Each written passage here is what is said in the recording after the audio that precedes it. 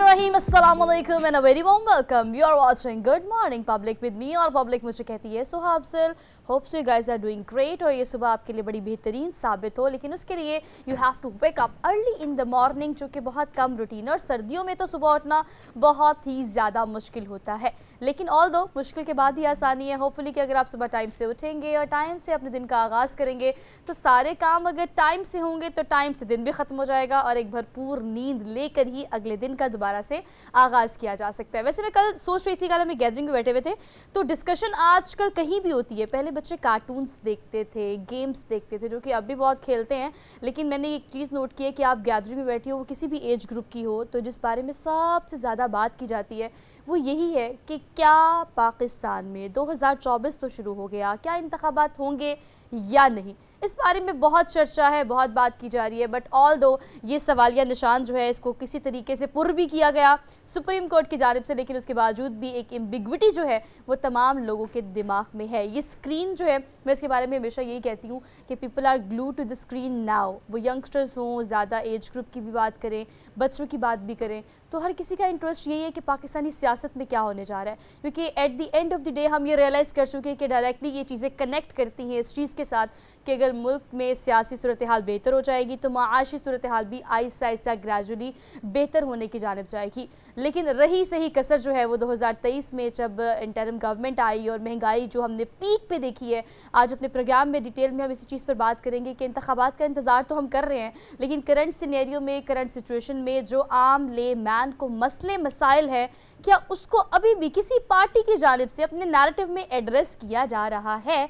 क्या कोई आके आपके हल्के में आपको ये कहता है कि आपका ये मसला है? फॉर एग्जाम्पल लेट सपोज कोई नहीं, पानी का एक फिल्ट्रेशन प्लांट लगाना है तो आपको लगा के दे दिया जाएगा और शायद फॉर द टाइम बीइंग आपके हल्के में इस वक्त करंट सिचुएशन ये हो सकती है कि आपको कहा जाए कि ये वादे आपसे किए जा रहे हैं और इलेक्शन के दौरान इस वादों को पूरा भी किया जाए. लेकिन बाकी 4 से 5 सालों का क्या, उसके बारे में भी हम आज के प्रोग्राम में डिटेल में बात करेंगे. कोशिश ये होती है गुड मॉर्निंग पब्लिक इस प्लेटफॉर्म से कि हम जो भी सब्जेक्ट उठाएं, जो भी कोशिश करते हैं कि जिस बारे में बात आप करना चाहते हैं, पब्लिक करना चाहती है, उसी बारे में हम भी बात करें. तो आज के प्रोग्राम में हमने महंगाई पर बात करनी है, लेकिन महंगाई में सबसे ज़्यादा महंगी होने वाली चीज़ अंडों पे बात करेंगे हम कि अंडे का फंडा दरअसल है क्या. आपने बहुत सारी न्यूज़ में, बहुत सारे करंट अफेयर के शोज़ में, हर जगह इसका चर्चा बहुत सुना होगा. लेकिन मैं तो इस बात पे हैरान हो जाती हूँ कि अगर हम रिकॉल करें तो आपको याद होगा कि हमारे पेरेंट्स हमें कहा करते थे कि ये चीज़ इतने की मिलती थी, तो हम हैरान होते थे कि अच्छा इतनी सस्ती मिल जाती थी.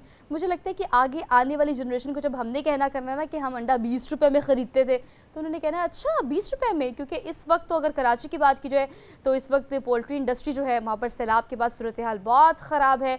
वहाँ पर अंडों की कीमतें बहुत ज़्यादा हो गई हैं. पंजाब की बात की जाए तो यहाँ पर सिचुएशन कदरें मुख्तलिफ नहीं है, सिचुएशन एक जैसी है. तो इस सारे सिनेरियो पे आज के प्रोग्राम में हम डिटेल में बात करेंगे. सियासत में अगर बात की जाए तो आगे बढ़कर सबसे पहले आपको पता है कि वह एहतसाब अदालत हो, वो सेशन अदालत हो या वो कोई भी अदालत हो, PTI के चेयरमैन, एक्स चेयरमैन कहा जाए तो बिल्कुल ठीक है. बानी PTI जो है उनकी सूरत हाल ये है कि वहाँ पर इस वक्त केसेस बढ़ते चले जा रहे हैं, तेज़ी से बढ़ते चले जा रहे हैं. तोशा खाना के बाद कल जो है वो फ़र्द जुर्म बुशरा बीबी पर और आयद कर दी गई है PTI के चेयरमैन बानी PTI इमरान खान पर. वैसे आदत है ना चेयरमैन कहने की, खैर अभी तो बैरिस्टर गोहर जो है वो चेयरमैन है PTI के, और करंटली जो सिचुएशन ये है कि उन पर केसेस की तादाद बढ़ती चली जा रही है. 190 मिलियन पाउंड की अगर बात की जाए तो उस पर भी अब फ़र्द जुर्म आयद करने की तारीख दे दी गई है. तो इस सारे सिचुएशन पर हम बात कर लेते हैं. हाफिज़ एहसान अहमद खोकर साहब इस्लामाबाद स्टूडियोज़ में मौजूद हैं, कानूनदान हैं, सीनियर. उनको आज के प्रोग्राम में हम वेलकम कहते हैं. अस्सलाम वालेकुम सर. अस्सलाम वालेकुम सर, सुबह बखैर, कैसे हैं आप? आपको मेरी आवाज़ आ रही है? मेरे ख्याल से उन्हें मेरी आवाज़ नहीं आ रही, कनेक्शन का थोड़ा सा प्रॉब्लम होगा यकीनी तौर पर. जब आवाज़ जाती है तो ये आवाज़ तक पहुंचेगी ऑब्वियसली, और ये आवाज़ बेसिकली मेरी नहीं है, ये आम पब्लिक की आवाज़ है जो ये बार बार पूछना चाहती है कि जो केसेस की तादाद बढ़ती चली जा रही है, क्या लेवल प्लेइंग फील्ड का ये मुतालबा जो PTI इस वक्त अदालत से कर रही है. PTI के सपोर्टर्स की बात करें, PTI के वोटर्स की बात करें, तो एक ही जगह अपनी निगाहें लगाए बैठे हैं, वो है supreme court. Peshawar high court से तोशा खाना के बाद आपने देखा कि साइफर केस में एक बड़ा रिलीफ मिला था PTI को, जिसके बाद ये उम्मीद बांध ली थी PTI ने कि अब हमें तमाम तमाम तर रिलीफ जो है वो अदालतों से ही मिल सकता है, बाकी किसी और इदारे से या किसी और कंसर्न डिपार्टमेंट से कोई उम्मीद नहीं है, इलेक्शन कमीशन समेत। लेकिन अब सूरत हाल ये है कि 190 मिलियन पाउंड में फ़र्द जुर्म आयद करने की तारीख जो है वो 17 जनवरी है, वो भी दे दी गई है। और इसके अलावा अगर हम देखें तो इस वक्त सिचुएशन ये है कि तोशा खाना में बुशरा बीबी और PTI के जो इस वक्त एक्स चेयरमैन हैं उन पर फ़र्द जुर्म आयद कर दी गई है। लेकिन इस सारे सिनेरियो में जो बाकी दीगर सियासी जमातें हैं उनकी क्या एक्टिविटीज़ चल रही हैं, इंतखाबात को लेकर तैयारियाँ हमें अरूज पर दिखाई दे रही है। लेकिन अगर आपको याद होगा, आपने भी इंतखाबात की गहमा गहमी को अक्सर औकात मतलब हर दफ़ा इंतखाबात में देखा होगा। मैं ये पर्सनली फ़ील कर रही हूँ कि वो हाइप उस तरह से नहीं है। अगर आप हल्कों की बात करें, इलेक्शन कैंपेन की बात करें, इन्वेस्ट किया ही नहीं जा रहा उस कैंपेन को उस तरह से ड्राइव करने में जो नॉर्मली हम देखा करते थे। जब इंतखाबात करीब आ जाते थे, पास आ जाते थे, तो जो हम एक्टिविटीज़ देखते थे, जो रैलियाँ देखते थे, जो हम देखते थे कि बैनर्स बड़े बड़े लगे हुए हैं, उनको यहाँ पर कन्वेंशन हो रहा है, वहाँ पे कन्वेंशन हो रहा है, ऐसी बहुत सारी एक्टिविटीज़ जो कि अब कंपैरेटिवली हमें कम दिखाई दे रही हैं। लेकिन अगर हम पाकिस्तान की 3 बड़ी सियासी जमातों की बात करें, पाकिस्तान पीपल्स पार्टी, नून लीग, या अगर हम बात करें PTI की, तो इस वक्त जो है वो सियासी गहमा गहमी दिखाई दे रही है। लेकिन इंतखाबात की गहमा गहमी थोड़ी सी लैक कर रही है। हमारा राब्ता हुआ है हाफिज़ एहसान अहमद खोकर साहब से, उनको एक बार फिर से हम खुशामदीद कहते हैं। अस्सलाम वालेकुम सर, सुबह बखैर। जी वालेकुम अस्सलाम। सुबह आपको भी सुबह बखैर, और जितने भी हमारे नाजरीन देख रहे हैं उनको भी बहुत बहुत सुबह बखैर। Sir thank you so much for joining us for good morning public. Sir कहिएगा कि एहतसाब अदालत हो, इंसदाद दहशतगर्दी की अदालत हो, सेशन अदालत हो, जो इस वक्त आपके बानी PTI हैं बड़ी तेज़ी से बढ़ रहे हैं उनके तमाम तरह जो इस वक्त केसेस हैं, आप क्या समझते हैं कि PTI जो है वो एज अ होल देख रही थी कि हमें अगर रिलीफ कहीं से मिलेगा तो वो अदालत से मिलेगा, पाकिस्तान की अदलिया से मिलेगा। अब क्या समझते हैं आपके इंतखाबात में क्या स्टैंड होना चाहिए PTI का, और आपको नज़र किस तरह से आ रही है PTI? बिस्मिल्लाहिर्रहमानिर्रहीम। आपका बहुत शुक्रिया कि आपने मौका दिया। 2 चीज़ें बड़ी इंपॉर्टेंट होती हैं, एक होता है कि जो लीगल स्ट्रैटेजी आपकी चल रही है, और दूसरा पॉलिटिकल स्ट्रैटेजी जो है। और पॉलिटिकल स्ट्रैटेजी जो है वो डेफिनेटली आपके इलेक्शंस कैंपेन के अंदर जाती है, या आप अपने वोटर्स को या सपोर्टर्स को एक मैसेज देते हैं कि हमारा ये मैनिफेस्टो है और उन मैनिफेस्टो के साथ हम इलेक्शन के अंदर जा रहे हैं और इसके लिए आप हमें वोट दें। तो अगर दोनों चीज़ें देखा जाए तो लीगल स्ट्रैटेजी की हद तक तो ये है कि एक मुख्तलिफ जगहों पे जो चीज़ें चल भी रही हैं वहाँ के ऊपर भी उस लीगल स्ट्रैटेजी के अंदर इफ़ एंड बट्स बहुत ज़्यादा है।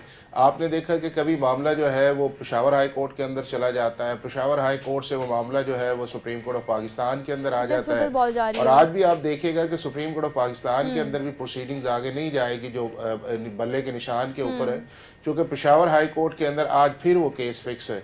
इसी तरह वो दूसरे भी जो मैटर्स थे जो लीगल से, जिसके अंदर इलेक्शन कमीशन ऑफ पाकिस्तान का एक ऑर्डर आया था सेक्शन 137 के नीचे एसेट्स के मुतालिक, उसको पहले इस्लामाबाद हाई कोर्ट में चैलेंज किया गया और साथ ही उसको लाहौर हाई कोर्ट के अंदर चैलेंज कर दिया गया, और फिर इस्लामाबाद हाई कोर्ट के अंदर कहा गया कि हम इसको वापस लेते हैं इस चीज़ के अंदर। इसी तरह अगर साइफर वाला मामला भी आप देखें तो साइफर के अंदर भी एक कंसेंटिंग स्टेटमेंट वहाँ पे भी है कि मुझे एज ए प्राइम मिनिस्टर एक इम्यूनिटी हासिल थी और उसकी बुनियाद के ऊपर जो है वो मैंने इसको पब्लिक डिस्क्लोजर इसके अंदर किया है। तो कभी भी क्रिमिनल मैटर्स के अंदर जो है वो आपका डिस्क्लोजर इस लेवल पे नहीं आता, प्रोसिक्यूशन को अपना केस साबित करना होता है।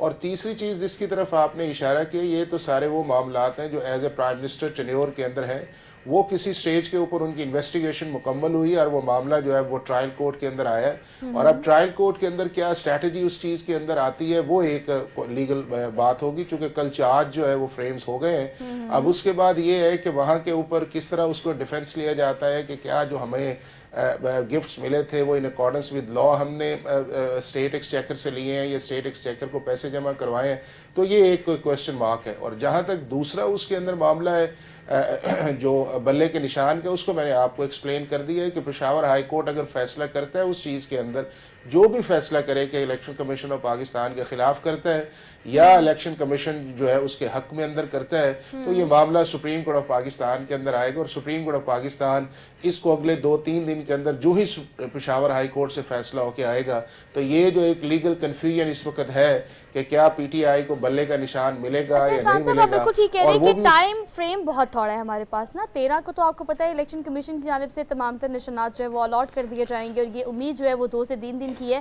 खैर कंपैरिजन कर लेते हैं क्योंकि आवाम के आगे कंपैरिजन रखना ज़रा उनको जज करने में, अपना नज़रिया बिल्ड करने में आसानी होती है। एक के बाद एक केसेस, एक लास्ट जो एक हर्डल थी इंतखाबात की या चौथी दफ़ा वज़ीर आज़म बनने की नवाज शरीफ की, वो थी ताहयात नाअहली। एवन फील्ड हो, गैर कानूनी असासे हो, अकामा केस हो, उसके अलावा कोई भी XYZ, आपको बड़े आराम से ग्रेजुअली वापस आने के बाद रिलीफ मिला। रास्ता बिल्कुल क्लियर है, क्लीन चिट जिसे कहा जा सकता है। तो यही अदलिया है, यही अदालतें हैं जो कि उनको मुसलसल इंतखाबात की तैयारी के लिए रिलीफ दे रही हैं। लेकिन अगर साइफर केस में एक रिलीफ मिला भी है इमरान खान को, लेकिन बाकी जो केसेस इस वक्त देख रहे हैं, किसी भी अदालत का आप ना ले, सेशन का, इंसदादी दहशत गर्दी का, एहतसाब का, तो एक के बाद एक केसेस तेज़ी से बढ़ रहे हैं। आप क्या समझते हैं कि आम आवाम इस चीज़ को रियलाइज़ कर पा रही है, उनको नज़र आ रहा है कि किसको रिलीफ मिला और किसको नहीं?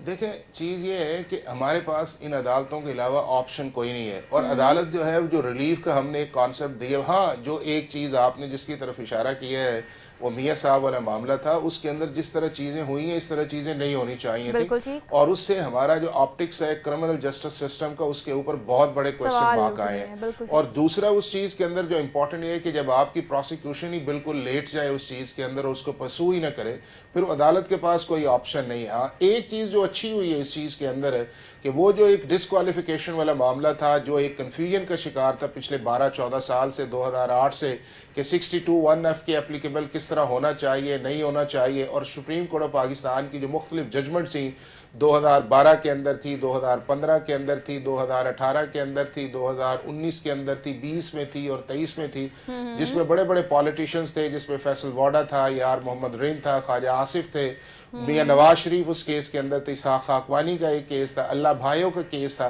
तो ये सारी चीज़ें जो एक सुप्रीम कोर्ट का एक कॉन्फ्लिक्टिव व्यूज़ था, या जिसके अंदर एनॉमलीज थी सुप्रीम कोर्ट के केसेस की या जजमेंट्स के अंदर, उसको जो 7 मेंबर्स बेंच बनाया चीफ जस्टिस ऑफ पाकिस्तान ने, और उसको 3 हेयरिंग्स के अंदर उन्होंने मुकम्मल किया है।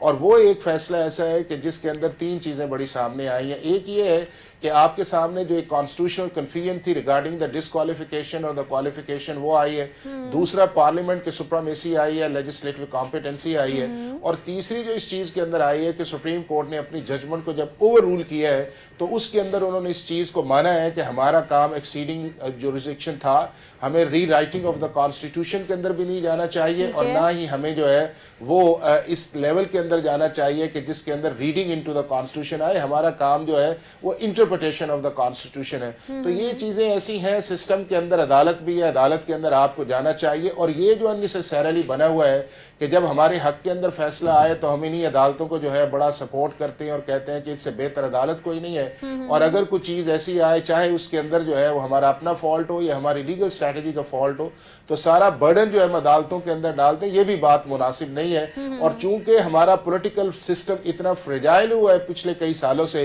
कि जिसके अंदर हम हर चीज़ जो है वो अदालत के अंदर जब लेके जाते हैं, वो हमारे पॉलिटिकल क्वेश्चंस भी हो और चाहे हमारे करप्शन के मैटर्स भी हो, तो उसको हम अपना नैरेटिव लीगल की बजाय जब पॉलिटिकल नैरेटिव की तरफ लेके जाते हैं, तो उससे हम आहिस्ता आहिस्ता वो लिमिट क्रॉस कर जाते हैं कि जिससे एक इंस्टीट्यूशन की क्रेडिबिलिटी और पाकिस्तान के अंदर जो हो रहा है ये बहुत ही अनफॉर्चुनेट है, इसको नहीं होना चाहिए और इसका आम आदमी पे बहुत गलत असर पड़ रहा है। बिल्कुल इम्पैक्ट जो है वो बहुत गलत जा रहा है। लास्टली ये बताएगा कि सुप्रीम कोर्ट की आज की हियरिंग की बात कर लेते हैं, बहुत ही इंपॉर्टेंट है। बल्ले के निशान की बहाली से मुतल्लिक दरख्वास्त जो है उस पर आज समाअत की जाएगी, जिसका जिक्र आप भी कर रहे थे, मैं भी कर रही थी। आप क्या देखते हैं कि किस तरफ ड्राइव किया जा सकता है इसको? अगर रिलीफ की, लेवल प्लेइंग फील्ड की तमाम तर उम्मीदें एक बड़े केस से लेकर छोटे केस तक अगर अदलिया पे ही है, पाकिस्तान के अदल के निज़ाम पर ही है, तो ये क्या होगा कि अगर बल्ले का निशान ना मिले और सुप्रीम कोर्ट से रिलीफ ना मिले तो फिर आगे तो कोई इदारा बचता ही नहीं है जिसके पास जाना पड़ेगा। देखें सोहा, मैं आपने जो अपने सारे इंट्रो के अंदर या जिसमें आपने टाइम का जोर दिया वो है टाइमिंग बड़ी इंपॉर्टेंट है। और टाइमिंग के लिए जब आपको पता हो कि आप एक हॉस्टिलिटी एनवायरनमेंट के अंदर जो है वो रह रहे हैं या आप इंस्टीट्यूशंस की अथॉरिटीज़ को भी चैलेंज कर रहे हैं, या उनको क्रिटिसिज्म के अंदर भी लेके आ रहे हैं, जी। तो फिर आपको बड़ा अवेयर होना चाहिए। अब ये जो बल्ले वाला मामला है, ये 2021 से इलेक्शन कमीशन ऑफ पाकिस्तान के अंदर चल रहा है, और उस वक्त पीटीआई पाकिस्तान की गवर्नमेंट के अंदर थी। बार बार इलेक्शन कमीशन ऑफ पाकिस्तान ने कहा कि आपकी एक लीगल रिक्वायरमेंट है, आप अपने इलेक्शन प्रोसेस को करें और जो भी आपका कॉन्स्टिट्यूशन कहता है उसके मुताबिक आप हमें दें। हाँ, एक चीज है कि दूसरी पॉलिटिकल पार्टीज भी जो है वो भी इलेक्शंस में नहीं जाती, नॉमिनेशंस के अंदर जाती हैं, लेकिन पीटीआई जो थी वो इस चीज पे थी कि चूंकि हमारा 7-7.5 लाख से ज्यादा वोटर्स है, हमने उनको एंगेज करना। उन्होंने अपने कॉन्स्टिट्यूशन में अमेंड भी किया, लेकिन जब बात उस नतीजे पे पहुंची कि टाइम करीब आया तो उन्होंने कहा हम इलेक्शंस करवाते हैं। अब जब वो इलेक्शन 2 दिसंबर को हुए हैं और उन्होंने एक सर्टिफिकेट 209(1) के नीचे जमा करवाया है, तो 3 चीजें जो है वो सामने आई हैं। जब आप खुद कहें कि हमारा जो फेडरल इलेक्शन कमिश्नर है जिसने इलेक्शन करवाया है वो भी ठीक नहीं है, हमारी जनरल सेक्रेटरी की अपॉइंटमेंट भी ठीक नहीं है, हमारे रिकॉर्ड के मुताबिक उन्होंने कहा इलेक्शन कमीशन ने कि असद उमर आज भी जनरल सेक्रेटरी और एक और शख्स है जो आपका चीफ इलेक्शन कमिश्नर है। तो जब आप अपनी सारी चीजों को कंसीड भी करें उस अथॉरिटी के सामने और उसको क्रिटिसाइज भी करें और फिर आप ये एक्सपेक्ट करें कि नहीं हम बिल्कुल ठीक है, तो बात बड़ा मुश्किल है। और ये चीजें जो है ये अदालत की अथॉरिटी के बाहर तो चल जाती हैं, लेकिन जब आप डॉक्यूमेंट्स के अंदर जाते हैं तो बड़ा मुश्किल है। और यही चीजें अब जो है वो पेशावर हाई कोर्ट के अंदर डिस्कस हो रही हैं। कंट्रोवर्शियल हो गए थे, पार्टी के अंदर हो गए थे, तो पार्टी के अंदर की चीजें मतलब घर के अंदर की चीजें बेहतर होंगी तो ही आप बाहर निकल कर जो है ये मौक़िफ़ इख्तियार कर सकते हैं कि हमें इंसाफ किया जाए। कंट्रोवर्शियल बात बिल्कुल ठीक है, लेकिन अगर उस कंट्रोवर्शियल चीजों को जो है आपने किसी अथॉरिटी को सबमिट करना हो तो फिर आपको जो भी रूल्स एंड रेगुलेशंस है आपको उनको फॉलो करना पड़ता है। और अगर आप फॉलो नहीं करते और उसका हुआ ये रूल्स एंड रेगुलेशन फॉलो करके ही जो है सिस्टम में ब्लेम कर सकते हैं कि सिस्टम जो है वो सही से काम नहीं कर रहा, अगर आप अंदर पार्टी के बेहतरीन काम कर रहे हैं। तो एक ब्रेक लेते हैं, वापस आते हैं एक ब्रेक के बाद।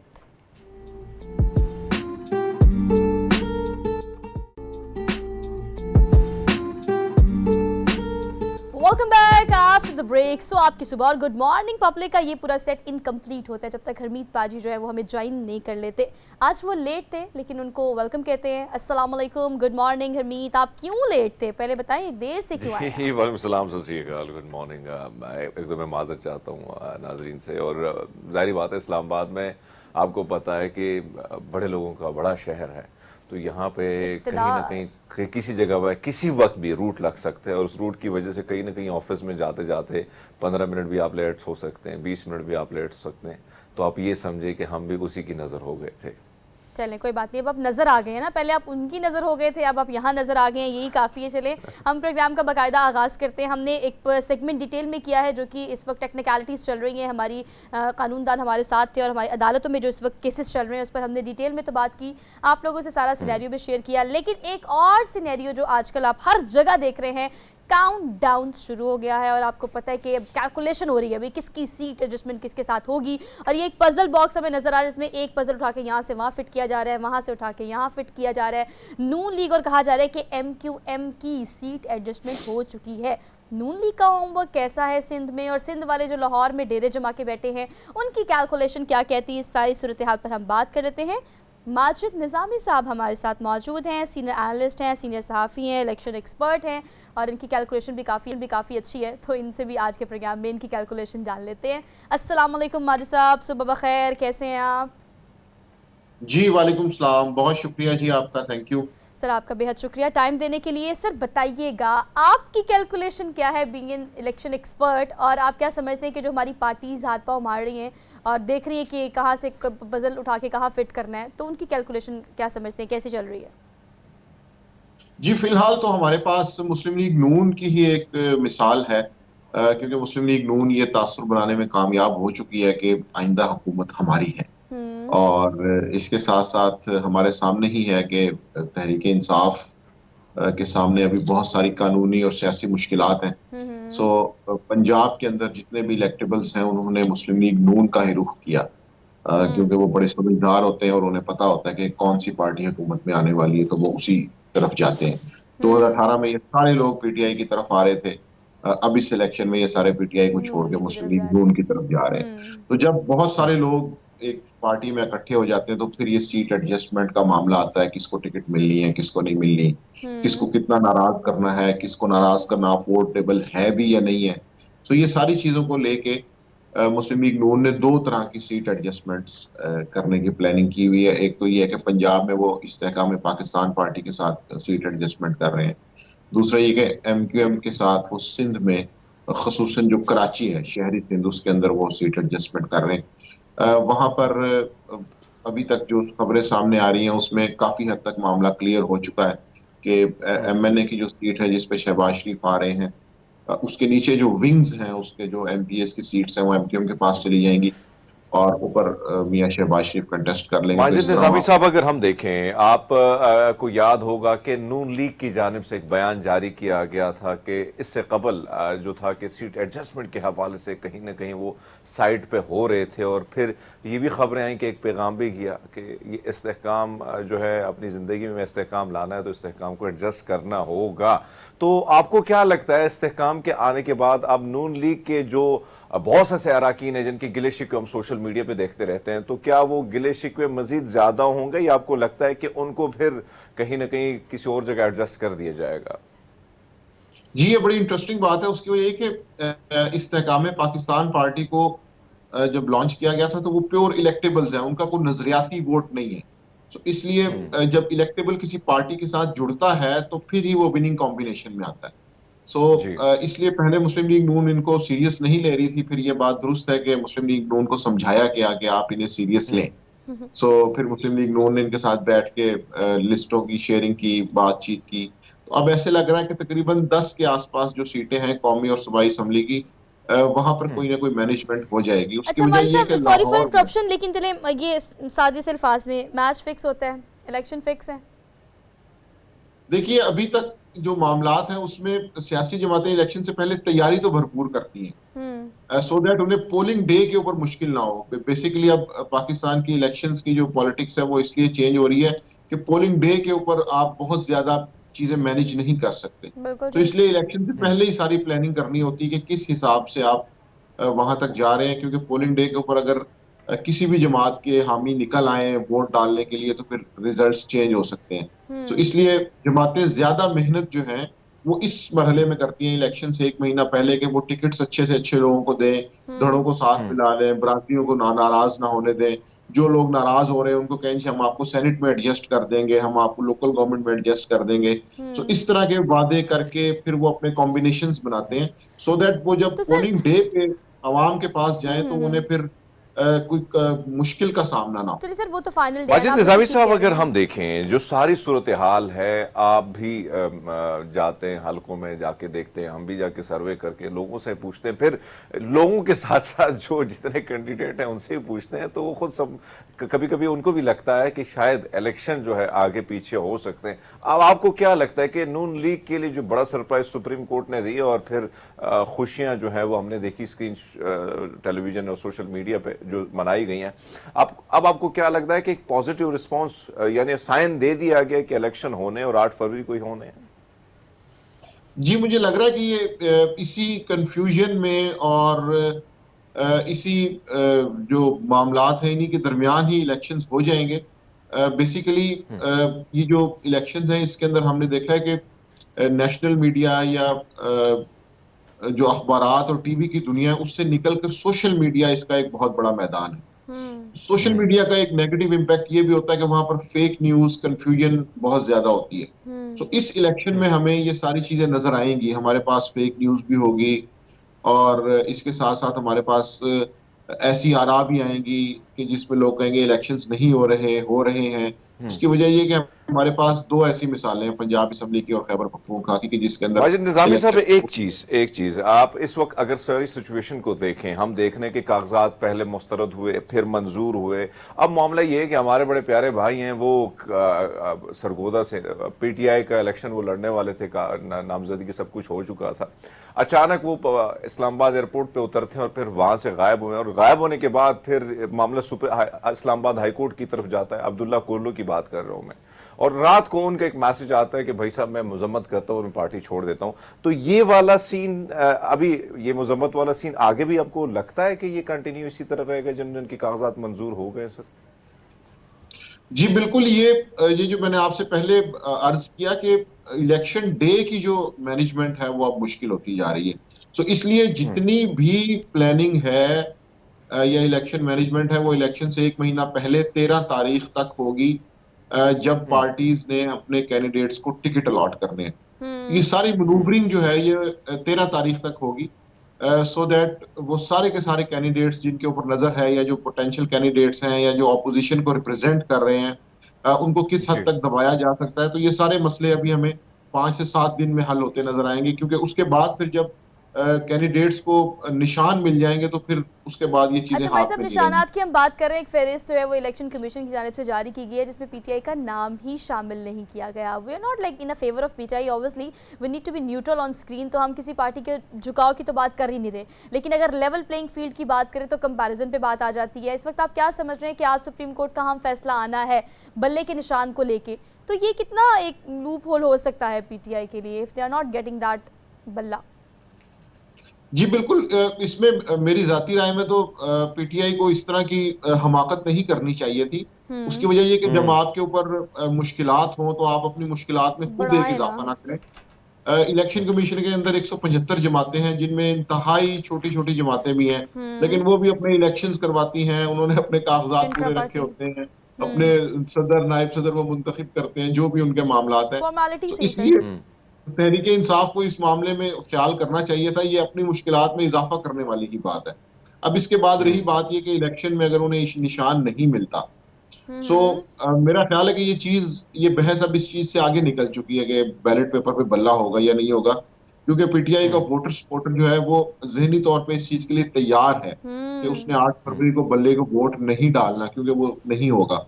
सो इसमें दो पीटीआई के पास सोल्यूशन है अगर उनको अदालती रिलीफ नहीं मिलता। एक तो ये कि माजिद निजामी साहब, एक और चीज, पाकिस्तान पीपल्स पार्टी की अगर हम बात करें, जाहिर बात है पंजाब या खैबर पख्तूनख्वा में बिलावल भुट्टो साहब बड़ा एक्टिवली हमने उनको देखा मुख्तलिफ हलकों में जैसे वो गए, और खासकर खैबर पख्तूनख्वा के हलकों में भी वो बड़े एक्टिवली वो नजर आए। लेकिन आपको क्या लगता है कोई बड़ा नाम या इलेक्टेबल्स में कोई बड़े बड़े पंछी जो है उन्होंने अपने घेरे में वो लेके नहीं आए, कहीं ना कहीं नाकामी हुई। लेकिन ऐसे में आपको क्या लगता है कि बलूचिस्तान में जरदारी साहब, उनके बलोच के जितने भी रहनुमा, उनका झुकाव लगता है सिंध की तरफ है, तो क्या वो वहां पे कामयाबी उनको मिल सकती? यहाँ पे तो नाकामी नजर आई हमें।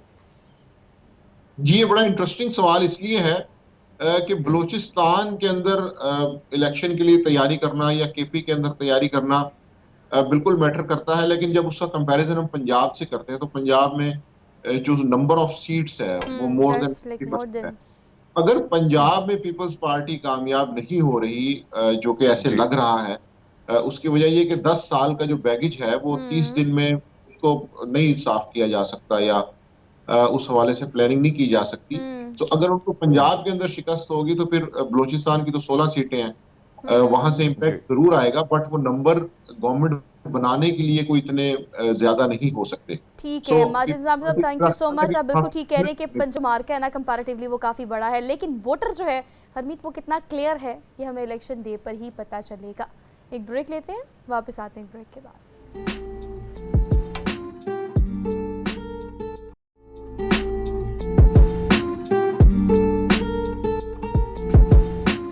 वेलकम बैक जी, प्रोग्राम में एक बार फिर आपको खुश आमदीद कहते हैं। और सिंध के हवाले से बात की जाए तो सिंध में असातिज़ा के लिए बड़ा सुनहरी मौका है, और वो कि कौन सा ऐसा मौका है जिससे वो फ़ायदा उठा सकते हैं। तो सोहा, अगर हम देखें सिंध में हमेशा हमने देखा है कि बहुत सारी चीज़ें जो हैं ख़ासकर एजुकेशन के हवाले से कुछ ऐसी ख़बरें जब आती हैं तो कहीं ना कहीं तनाज़ा भी खड़ा हो जाता है, बहुत सारी नेगेटिव ख़बरें भी आती हैं। लेकिन ये एक बहुत बड़ा इक़दाम है जो सिंध की बात अगर की जाए तो वहाँ पे एक सुनहरी मौका आप समझ सकते हैं कि असातिज़ा के लिए है।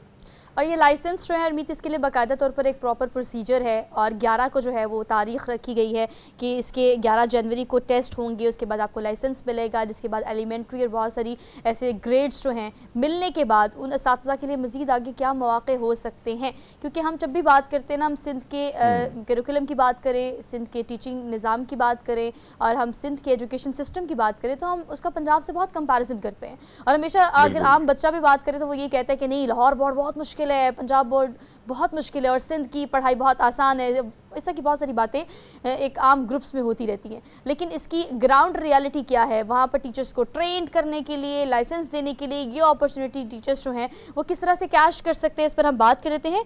डॉक्टर फरीद हमारे साथ मौजूद हैं, डीन आगा खान एजुकेशन बोर्ड, उनको आज के प्रोग्राम में हम वेलकम कहते हैं। अस्सलाम वालेकुम सर, सुबह खैर। अस्सलाम वालेकुम जी, सब बखैर sir. Thank you so much for joining us for good morning public. Sir कहिएगा कि टीचिंग लाइसेंस जो है कामयाब उम्मीदवार ग्रेड 16 एलिमेंट्री टीचर की असामियों के लिए उसके बाद अहल हो जाएंगे। ये एग्ज़ाम जो है ये कंडक्ट हो रहा है 11 जनवरी को, इसका प्रोसीजर क्या है और बेसिकली पूरे एजुकेशन सिस्टम को सिंध के कितना फ़ायदा होगा इस तरह के इजाज़ा के लाइसेंस से? जी, पहले तो बहुत बहुत शुक्रिया कि आपने मुझे मौका दिया अपने शो पर। तो 11 जनवरी को जो टीचिंग लाइसेंस का एग्ज़ाम नहीं हो रहा वो 28 जनवरी को है। 11 जनवरी को जो टीचिंग लाइसेंस के एग्ज़ाम के लिए जिन लोगों ने उम्मीदवार होना है, अप्लाई करना है, उसकी एप्लीकेशन की डेडलाइन है। ठीक है, थैंक यू। तो 11 जनवरी को तक जो लोग अप्लाई कर सकते हैं, फिर 28 जनवरी को टेस्ट है। टेस्ट होगा, ठीक है। और ये इस वक्त एलिमेंट्री स्कूल में जो पढ़ाते हैं असातिज़ा, उनके लिए ये मौका है कि वो इसके लिए अप्लाई कर सकें। ठीक है सर, अप्लाई तो होगा ये। जी, और जी, अगर मैं जी जी जी जी जी सर आप बोले। जी, आपने ये भी पूछा कि जी इसके क्या फ़वाइद होंगे और ये क्यों हो रहा है, तो उस पर अगर मैं बात करूं तो दो चीज़ें।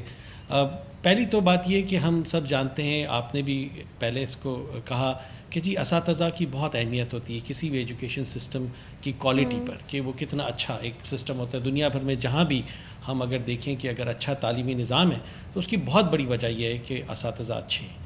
और इन तमाम तालीमी निज़ामों में एक और चीज़ जो हमें नज़र आती है वो ये कि हर एक टीचर नहीं बन सकता, बल्कि आपको कम से कम कोई क्वालिफ़िकेशन या लाइसेंस या सर्टिफिकेट चाहिए होता है। ये इक़दाम पहली दफ़ा सिंध में और पहली दफ़ा पाकिस्तान में किया गया है। तो हम उम्मीद कर सकते हैं कि आगे जाके। डॉक्टर साहब एक और चीज़ अगर हम देखें सिंध के हवाले से जब भी बात आती है डॉक्टर साहब, तो असातिज़ा के हवाले से आपको याद होगा कि इससे कबल जितने भी वहाँ पे हमारे सामने चीज़ें रिपोर्ट होती गई हैं, मेन स्ट्रीम मीडिया पे भी चलती रही, सोशल मीडिया पे भी चलती रही, कहीं ना कहीं एक बहुत बड़ा असर रसूख आप कह सकते हैं कि पॉलिटिकल रहा है। ये एग्ज़ाम और इस लाइसेंस के आने के बाद आपको क्या लगता है, क्योंकि हमने ये भी देखा कि बहुत सारे जो असातिज़ा से जब मीडिया वालों ने पूछा कि फ़लाँ फ़लाँ स्पेलिंग क्या है, कौमी तराना क्या है, तो बेचारे देखते रह गए। सो ये वाला सीन जो है कहीं ना कहीं वहाँ से क्लियर हो जाएगा अगर ये सिस्टम जो आप शफाफियत की बात हो रही है, तो इससे कितनी शफाफियत आ सकती है सर?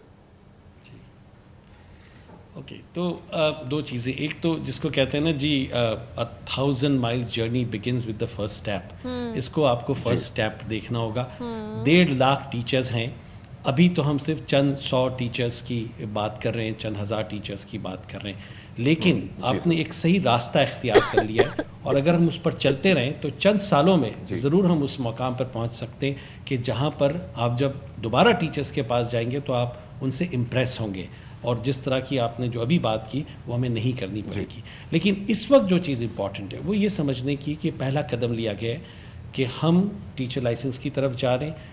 इसकी शफाफियत की जो आपने बात की बहुत ज़रूरी है, इसीलिए आपने देखा होगा कि प्राइवेट और पब्लिक इंस्टीट्यूशन साथ मिलके काम कर रहे हैं। एक कमेटी बनाई गई है स्टेडा के अंदर, जिसमें गवर्नमेंट के भी लोग हैं और प्राइवेट सेक्टर, सिविल सोसाइटी के भी लोग हैं।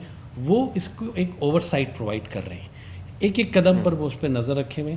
और हम उम्मीद कर सकते हैं कि सखर IBA जैसा अच्छा इदारा इसको लेके आगे चल रहा है, तो इसमें एक ट्रांसपेरेंट और एक मेरिट के बेसिस पर काम होगा और हम इसको देख सकें। और यहाँ आप जर्नलिस्ट के भी बहुत बड़ा किरदार है कि आप सवाल पूछते रहें, आप इस पर नज़र रखें और आप पूछते रहें कि जी नेक्स्ट स्टेप क्या है। और इससे भी बहुत ज़्यादा सिविल सोसाइटी का जो प्रेशर होता है उससे भी चीज़ों में बहुत thank you so much sir, sorry for interruption. लेकिन देखिए हम बड़े ऑप्टिमिस्ट हैं, हम इंडोर्स कर रहे हैं, आपको बुलाने का मकसद बिल्कुल यही है कि आम पब्लिक को, हमें स्क्रीन के सिर्फ जो टीचर्स देख रहे हैं ना, चाहे वो सिंध में है, पंजाब में, उनको पता लगे कि सिंध के सिस्टम को, एजुकेशन सिस्टम को बेहतर करने के लिए क्या स्टेप्स, इनिशिएटिव्स लिए जा रहे हैं। सर ठीक है, ये सारी सिनेरियोज जो आप बता रहे हैं बड़े ज़बरदस्त हैं, क्योंकि ये टेस्ट जो है गालिबन कराची में होगा, हैदराबाद में होगा, सखर में होगा। आपका जो फ्यूचर इम्पैक्ट नज़र आ रहा है वो यकीनी तौर पर यही है कि ग्रेड 16 के जो एलिमेंट्री असामियाँ हैं उसके लिए टीचर्स को तैयार किया जाएगा, फिर वो अप्लाई कर सकेंगे।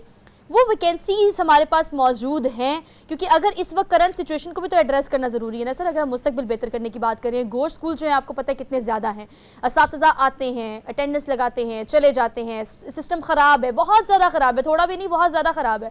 तो हमने ग्राउंड रियलिटी से शुरू करना है, अगर फर्स्ट स्टेप से शुरू करना है तो हमें हर सारी चीज़ों को पैरेलल बेहतर करना पड़ेगा ना। तो इनके लिए क्या कोलैबोरेशन चल रही है आपके इदारे की, खासतौर पर गवर्नमेंट के साथ?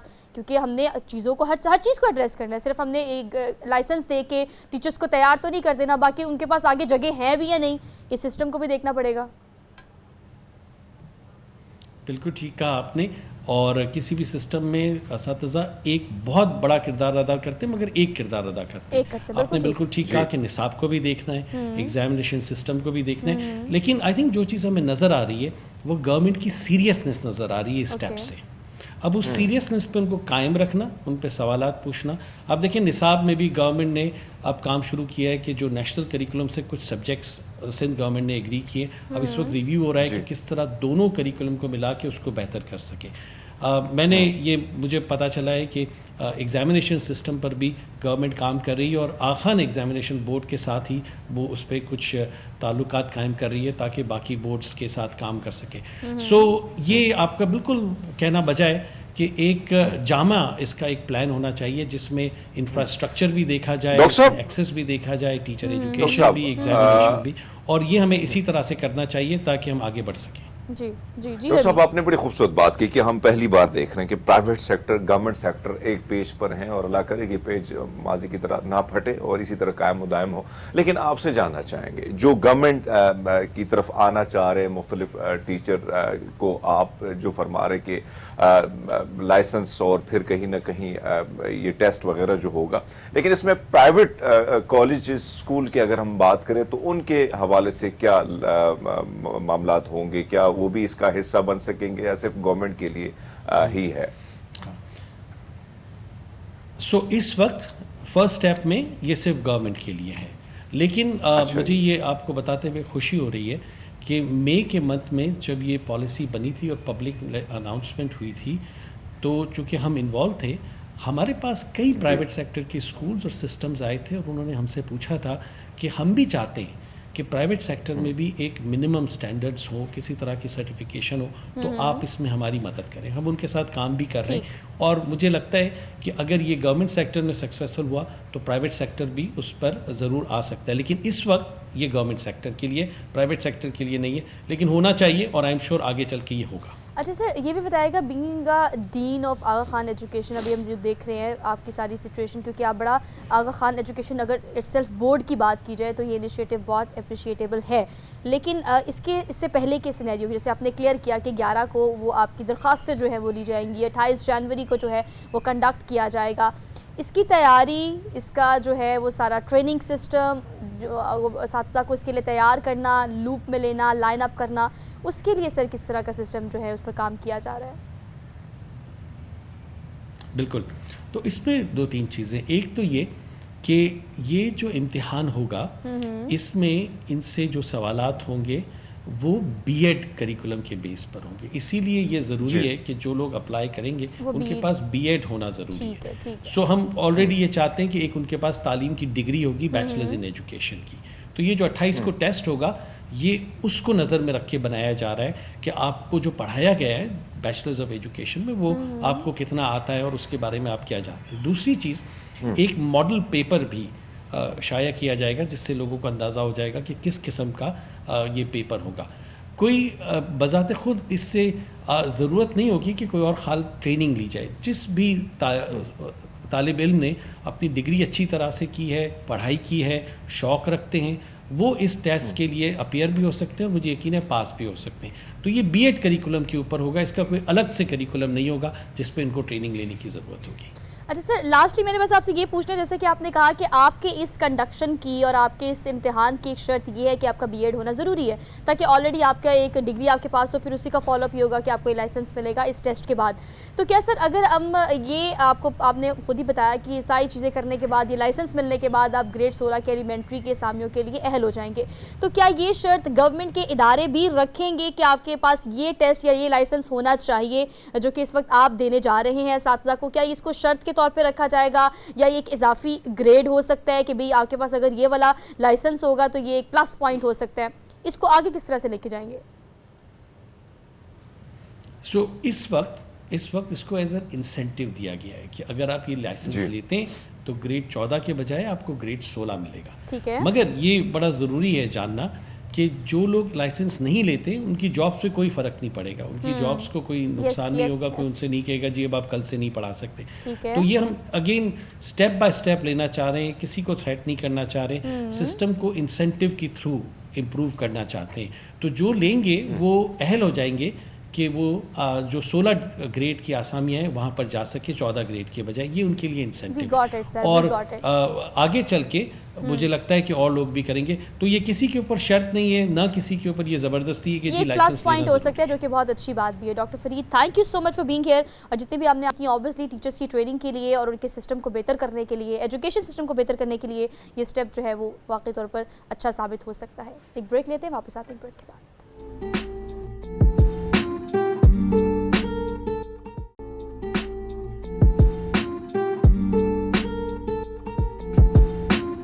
Welcome back after the break. So basically we are in the second hour of the show. और पूरा घंटा हमने हरमीत रज के पॉलिटिकल कर लिया कि हमने बता दिया सियासत में क्या क्या हो रहा है।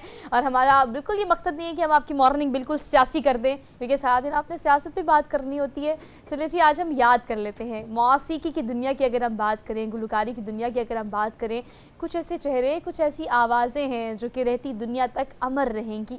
और उनको हम याद करते हैं अपने प्रोग्राम में, ना सिर्फ याद करते हैं बल्कि हरमीत याद करवाते भी हैं कि आपने आज किसको याद करना है। गुलकार अखलाक अहमद की आज जो है वो सालगिरह मनाई जा रही है। अगर हम बात करें, पैदाइश उनकी भारत की है और पाकिस्तान में अगर हम उनके करियर की बात करें, फ़नी करियर की बात करें, तो हरमीत उन्होंने उस वक्त अपनी आवाज़ का जादू जगाया जब बहुत सारे और गुलकार और मौसीकार इस वक्त बहुत ज़बरदस्त काम कर रहे थे। तो ऐसे इरा में अपनी जगह बनाना, जहाँ पर ऑलरेडी आप बड़े फ़ाइन गुलकारों को देख रहे हैं, फ़ाइन लोगों को देख रहे हैं जो कि बड़ा ज़बरदस्त काम कर रहे हैं, जिनकी फ़ैन फॉलोइंग बहुत ज़्यादा है, तो उस दौर में अपनी जगह बनाना, अपनी आवाज़ का जादू जगाना, ये क्रेडिट की बात है।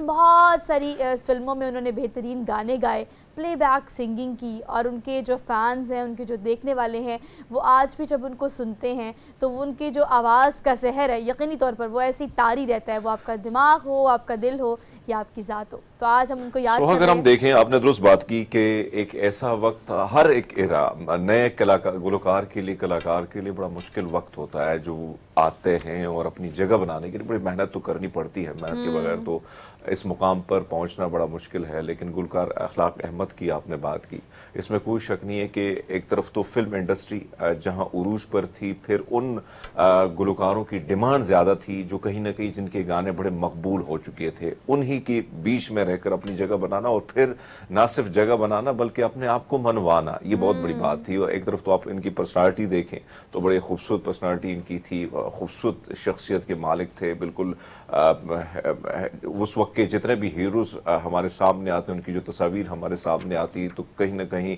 अखलाक अहमद उन अदाकारों से भी कुछ कम न थे। चेहरे का जो खदोखाल इनके अगर आप देखें, लेकिन उसके बावजूद इन्होंने ज़बरदस्त किस्म के गाने गाए। और वो गाने ना सिर्फ टेलीविज़न, क्योंकि टेलीविज़न से पहले रेडियो पे बहुत सारी चीज़ें हमने ये देखी हैं कि जब सुबह के वक्त रेडियो ऑन होता था, 9 बजे के बाद जब 9 बजे का खबरनामा होता था, उसके बाद फिर एक प्रोग्राम चलता था। उस प्रोग्राम में हम देखते थे कि अखलाक अहमद के गाने और दीगर गुलकारों के गाने चलते थे। तो आपने दोस्त बात की कि उनके जो गाने, यानी बचपन में, लड़कपन में जितने लोगों ने सुने, तो कहीं ना कहीं आज भी उनको याद करते हैं। और उसी गानों की तरफ, यानी आज तो बहुत सारी आसानी ये हो गई कि आपके पास यूट्यूब आ गया है। यूट्यूब के जरिए आप अपने, जिनके आप फैन थे, जिनके गाने आप जवानी में, बचपन में सुना करते थे, तो आप फिर उस एरा में अगर आप जाते हैं एक लम्हे के लिए, घड़ी के लिए, तो आप यूट्यूब के जरिए चले जा सकते हैं। लेकिन इसमें कोई शक नहीं कि फिल्म इंडस्ट्री को जो गाने उन्होंने दिए, वैसे जितने गाने उन्हें गाए और जिस तरह उनको शोहरत मिली, तो इसमें कोई शक नहीं कि बहुत ही कम गुलकार ऐसे होते हैं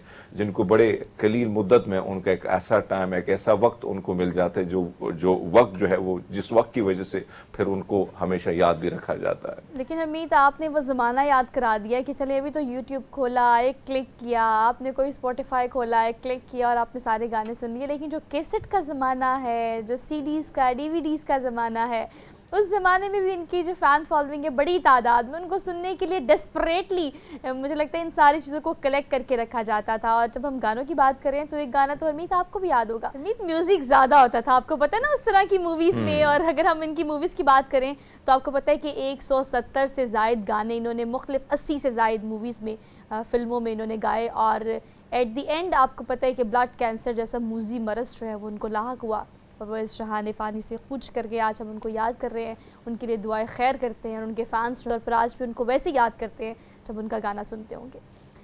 अच्छा, आगे हम बढ़ेंगे और आपको पता है हमने आगे बढ़कर जिस टॉपिक पे बात करनी है वो एक ऐसा टॉपिक है कि अगर मैं एक लाइन बोलूँ तो मेरे ख्याल से आप समझ जाएंगे कि हम किस चीज़ के बारे में बात करने लगे हैं। अंडे का फंडा, ये फंडा है क्या? हमने कोशिश करनी है अरमीत आज हम इसको फाइंड आउट कर लें कि बेसिक रूट कॉज क्या है कि 35 रुपए का अंडा इस वक्त करंटली जो मिल रहा है। बल्कि मुझे तो वो गर्मियों वाली बात याद आ गई। आपको पता है कि गर्मियों में मतलब हम देखते हैं कि इसका इस्तेमाल कम होता है, सर्दियों में ज़्यादा होता है। सर्दियों में अंडे लेकिन सोहा अगर हम बात करें, आप महंगाई के हवाले से बात करें, और जाहिर बात है हमेशा ये सवाल उठता है कि भाई साहब अंडा पहले आया या मुर्गी, लेकिन आज का सवाल ये नहीं है। सवाल जनता जो जानना चाहती है, जो पब्लिक जानना चाहती है वो ये है कि अंडा इतना महंगा क्यों है। क्योंकि आपने देखा कि मैं तो हैरान हूं कि भाई साहब बिफोर 1 वीक जो प्राइस थी अचानक वो 40 रुपए का फर्क एक हफ्ते में आया है। एक हफ्ते में 40 रुपए का फर्क आना यानी 340 तो 380 और अब नहीं मालूम कि कितना है। सो आप अंदाजा लगा सकते हैं कि इतनी बड़ी छलांग जो है शायद मेरे ख्याल में काबीना बैठी होगी मुर्गियों की और उसमें ये फैसला किया गया होगा कि भाई अब आजकल जिस तरह हम देख रहे हैं कि मामलात हैं तो उन्होंने भी मीटिंग की है कि भाई सब अब महंगा अंडा ही हमने डिलीवर करने आगे जाके। सो ये सिचुएशन है इस वक्त मुझे जो ऐसी लग रही है। अच्छा हरमीत, आपको पता है नॉर्मली ऐसा होता है कि हम अच्छा हाई प्रोटीन है, आपको पता है प्रोटीन का एक ऐसा सोर्स जिसको मुझे लगता है कि हम अपनी लाइफ से एक्सक्लूड नहीं कर सकते, वो नाश्ता हो या आपका कोई भी मील हो।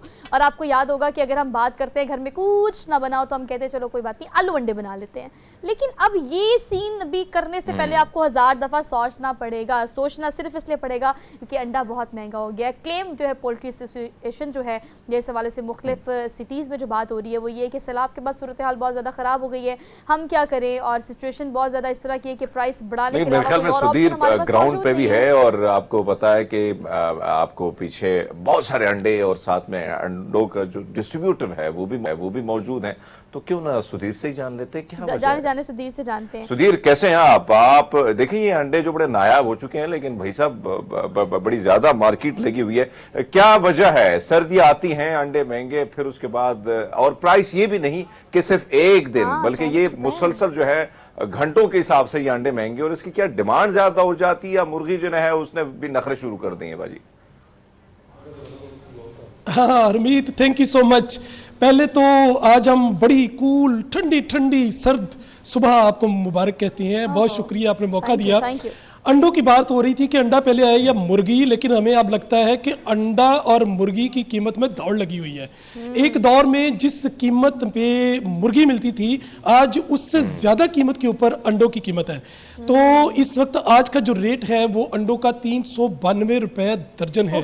थोड़ा सा हम इसका जायज़ा लें तो पहले एक दौर होता था, मजांग चौक हम जाते थे तो उसे कहना 2 अंडा पराठा दे दो, यानी एक पराठा और 2 अंडा तो 20-25 रुपए में मिल जाता था। आजकल एक अंडा पराठा 180 में है, यानी 100 रुपए का पराठा और 80 रुपए का अंडा देते हैं। तो जनाब नाश्ता करना भी मुहाल हो गया है। किसी ने अगर ऑमलेट बनाना हो, किसी ने अगर बॉयल अंडा रात को खाना हो तो 60 रुपए का मिलेगा, यानी कि अंडा आम आदमी की पहुंच से दूर हो गया है। थोड़े से रेट्स का जायजा लें। सुधीर तो आपको याद है कि सर्दियां हैं और सर्दियों की कीमत 336 रुपए थी तो बड़ी कम बाहर निकलती हैं। मैं और आप जब निकलते हैं तो गरम अंडे के साथ साथ हम जो खुश हो जाते हैं कि सर्दी है भाई सब खा लेते हैं थोड़ा बहुत मिर्च छिड़क के, लेकिन अब वो गरम अंडे जो हैं वो भी पहुंच से दूर हो गए बाजी। जी जी बिल्कुल पाजी, इसी तरह ही है। 10 अगस्त 2022 को ब्रायलर गोश्त की कीमत 336 रुपए थी जबकि अंडे 207 रुपए थी। 1 साल 4 माह के दौरान गोश्त और उसकी कीमत आप देखें अंडों की 183 रुपए दर्जन महंगे हुए हैं। अंडों की कीमत 1 अक्टूबर 2023 को जो थी वो 333 रुपए थी और सिर्फ सप्ताह 3 माह के अंदर अंदर 297 रुपए से बढ़कर 83 रुपए इजाफे के साथ 392 रुपए हो गई है। तो ये थोड़ा सा जायजा अच्छा लें सुधीर, कि आपने जायजा तो ले इतनी लिया, महंगाई आपने पिछले जायजा 4 तो साल ले में लिया। नहीं हुई। आप जो बातें कर रहे हैं ना, चले वो डिमांड सप्लाई पर हम जाते हैं। आपने आज सुबह अंडा खाया था नाश्ते में? नहीं, मुझे तो काफी दिन हो गए, मैं अंडा नहीं खा बस सकता। महंगा हो गया इसलिए आप नहीं खाया, लेकिन मुझ जैसे लोग अगर अंडा महंगा भी हो जाएगा तब भी खाना नहीं छोड़ सकते। अब अगर 2 अंडों की बात करें, 3 अंडों की बात करें, मेरा नाश्ता अंडे के बगैर इनकम्प्लीट होता है। अब बहुत सारे वो लोग जो कि अंडा खाते हैं और अपनी लाइफ से उसको एक्सक्लूड नहीं कर सकते because that's rich in protein, तो वो खाना पड़ता है आपको, आपकी बहुत सारी डेफिशिएंसीज पूरी हो जाती है उससे। लेकिन अब आप क्या समझते हैं कि इशू क्या है? आपने अगर कंसर्न डिपार्टमेंट से बात की है, आम पब्लिक से की है, डिमांड सप्लाई का मसला है, सर्दियों में डिमांड ज़्यादा हो गई है, सप्लाई मुतासिर हो रही है, या वैसे ये जो इकट्ठा जैसे कहते हैं ना हरमीत आया था, मुर्गियों ने बैठ के आपस में फैसला किया है, ये इलेक्शन वाला फैसला कि अब हमने प्राइसेस बढ़ा देनी या हमने अंडे कम देने हैं, तो क्या ये इस वक्त चल रहा है? जी बिल्कुल, ये फैसला मुर्गियों ने तो नहीं किया लेकिन फार्मर ने जरूर किया है। हाँ। इस हवाले से मेरे साथ जो लाहौर के सप्लायर हैं, हम इनसे बात करेंगे। नासिर साहब, ये बताएं क्या वजह हुई, अंडा क्यों महंगा होता जा रहा है? सर अंडा महंगा हुआ है स्मगलिंग की वजह से। अफगानिस्तान Smuggling। मंडा जा रहा है, वहाँ पे रेट ज़्यादा, वो ले जाते हैं, रेट बढ़ जाता है खुद ब खुद ही। जितना भी रेट पाकिस्तान में हो वो उससे 100,000-2,000 ज़्यादा दे के ले जाते हैं, तो फिर इसी वजह से उसका रेट बढ़ रहा है। वरना अब तो फीड भी महंगी नहीं है इतनी, तो फिर भी अंडे का रेट 12,000 तक पेटी चली गई है। पीछे से 12,000 में पेटी लेके 11,640 रुपये में बेच रहे हैं। क्योंकि हमारी वजह है कि हमारे कस्टमर हैं और गवर्नमेंट रेट से ज़्यादा बेच नहीं सकते। अपने कस्टमर बरकरार रखने के लिए हमें अपना नुकसान करना पड़ रहा है। तकरीबन 2 माह से हम ये नुकसान कर रहे हैं। लाहौर के तमाम ट्रेडर जितने भी हैं सब नुकसान कर रहे हैं, सिर्फ अपने कस्टमर बचाने के लिए। अच्छा, क्या अंडों की प्रोडक्शन खपत बढ़ गई है, प्रोडक्शन कम हो गई है, क्या वजह हुई? सर प्रोडक्शन वही है, खपत ज़्यादा नहीं है, कम हुई है। लेकिन जो स्मगलिंग हो रहा है ना अफगानिस्तान में, उसकी वजह से ये अंडा शार्ट हो रहा है। जितना भी अंडा अफगानिस्तान जा रहा है, जितने वो रेट देते हैं उसी रेट पे वो ले लेते हैं। हम गवर्नमेंट रेट से ऊपर नहीं जा सकते, लेकिन फिर भी नुकसान करके काम कर रहे हैं। लाहौर के तमाम ट्रेडर यही सब ये नुकसान कर रहे हैं। अच्छा सुधीर, इनसे ये पूछे क्योंकि आप इनके साथ ही मौजूद हैं, इनसे जरा ये पूछे कि अगर स्मगलिंग की बात करें तो हम डॉलर से इस वक्त डॉलर से सुधीर हम सीधा अंडे पे आ गए हैं।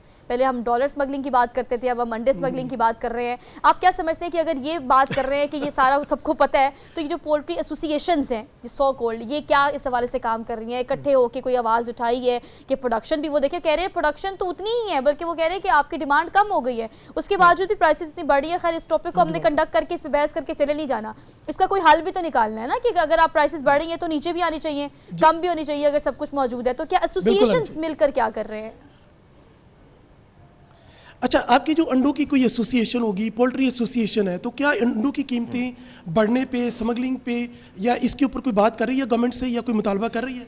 सब खामोश हैं। जितने भी खामोश हमारे हैं। एसोसिएशन है ना, वो सारे फार्मर हैं। जब फार्मर खुद बन गए हैं तो फिर वो क्या करेंगे? उनको तो पैसे मिल रहे हैं ना फार्मर को। जो जितने भी बड़े हैं सारे फार्मर, सब फार्मर हैं। तो फार्मर ने तो अंडा रेट कम नहीं करेगा ना, उन्होंने अंडों के पैसे मिल रहे हैं, वो 6,000 रुपये पेटी पर पेटी पे मगर कमा रहे हैं, तो वो कैसे नीचे करेंगे रेट? ये तो गरीब लोगों के लिए ना। अब गरीब बंदा अंडा तो खा ही नहीं सकता। हमारी सेल आगे से कम होगी, बढ़ी नहीं है, आगे से कम हो गई है। जितना अंडा महंगा होता है उतनी सेल कम हो जाती है। एक वक्त था कि 100 रुपये के 8 अंडे मिल जाते थे, अब 100 रुपये के 2 अंडे मिल रहे हैं, तो सेल कम होगी या बढ़ेगी? अच्छा ये बताइए, जब से आपने अब कारोबार से, शुरू किया सुधीर- तब से अब तक क्या रेट है अंडे का? जब से शुरू किया था उस वक्त 50 पैसे का अंडा था, हाय गर्मियों में 25 पैसे का, सर्दियों में 50 पैसे का। तो अब तो तकरीबन रेट तो 33 रुपये का अंडा है, लेकिन 40 रुपये में बिक रहा है। सुधीर, ये बहुत आपने अच्छी सुना बात इन्होंने कि की और कहीं 25 ना कहीं चीजें क्लियर भी हुई, क्योंकि सोशल मीडिया पे हम ये देखते हैं जिस तरह जो चीजें आ रही हैं, बड़ी फनी चीजें भी आती हैं। कहा जाता है कि मुर्गियां जो है वो नॉर्मल डिलीवरी से अंडा नहीं डिलीवर कर रही, जिसकी वजह से महंगा है। लेकिन चलो ये क्लियर हो गया कि स्मगलिंग के हवाले से हम देख रहे हैं कि मामला जो है अफगानिस्तान की तरफ जा रहा है, तो जिसकी वजह से ये परेशानी तो है। लेकिन ये स्मगलिंग के मामले पे तो कहा गया था कि हमने रोक दी, सारी चीजें जो है उसमें चेक एंड बैलेंस हो रहा है। तो क्या ये स्मगलिंग का सिलसिला अब लाहौर से भी इसी तरह चल पड़ा है, पंजाब से भी आगे तरफ निकल रहा है? सर हाँ, इसके ऊपर बात करने की ज़रूरत है, इन्हीं से पूछते हैं क्योंकि इन्होंने कहा है, इन्होंने इंकशाफ किया है कि अंडा स्मगल हो रहा है। अच्छा ये बताएं कि जो स्मगलिंग हो रही है वो लाहौर से हो रही है, पंजाब से हो रही है या केपी से हो रही है, कहाँ से हो रही है, कहाँ से अंडा स्मगल हो रहा है? अफगानिस्तान बॉर्डर से, नहीं, पाकिस्तान के किस हिस्से से उस तरफ अफगानिस्तान की तरफ जा रहा है? कमालिया से, जो कमालिया है समुद्री बड़े रूट शहर कॉज हैं भी अंडों पता है के, जो हमको सारा। बड़ी मार्केट हैं, चीचावतनी हो गया, कमालिया हो गया, समुद्री हो गया, अरफाला हो गया, ये सब अंडों के शहर हैं। तो वहाँ से माल कंटेनर लोड हो रहे हैं, सरेआम हो रहे हैं, लोड होकर जा रहे हैं। कोई पूछने वाला कोई पूछने वाला नहीं है, उनको प्रोटेक्शन कौन देता है? पूछने वाला ही कोई नहीं, प्रोटेक्शन क्या लेनी उन्होंने? उधर से वो सब्जी अच्छा फल लेके सुदीप, आते हैं चले कंटेनर इनसे में, काफी बात ट्रॉली हो गई में है, जो अंडा बात डाल के ले इन्होंने जाते कर हैं। दी है ना, मेरे ख्याल से वो काफी है, क्योंकि वही एक बात है जो कि रूट कॉज है सारे किस्से का, कहानी का, जो आप हर प्रोग्राम में, हर न्यूज में हम बार बार कह रहे हैं, अंडा महंगा हो गया, अंडा महंगा हो गया। भाई रूट कॉज ये है। डिमांड सप्लाई पे भी सबने बात की, पोल्ट्री एसोसिएशन पे भी बात की, हमारे कंसर्न डिपार्टमेंट में भी, लेकिन जो स्मगलिंग वाला इशू है, is this a real issue जिस पर हमारी हुकूमत को भी कोई ना कोई आवाज उठानी चाहिए। लेकिन सुधीर, आम पब्लिक का रिव्यू भी जरा हमसे शेयर कर दे कि आम पब्लिक जो है वो इस वक्त क्या कहती है इस हवाले से, जो कि आप तो इसी जगह पे मौजूद है कि आपके इर्द गिर्द पब्लिक नहीं है, लेकिन देखिए अंडे का इस्तेमाल हर जगह होता है, बहुत सारे रेस्टोरेंट्स हैं वो भी इस हवाले से आवाज़ उठा सकते हैं, एक बर्गर बनाने वाला जो ठेला है ना उस पर भी अंडा इस्तेमाल होता है, वो भी इस हवाले से बात कर सकता है। तो आम पब्लिक का रिव्यू क्या है? जी बिल्कुल, मेरा जो हमने सर्वे कंडक्ट किया था उसके अंदर आम पब्लिक ये कहती है कि अंडा इतना महंगा हो गया है कि अब हम घर में उसको नहीं लेकर आते।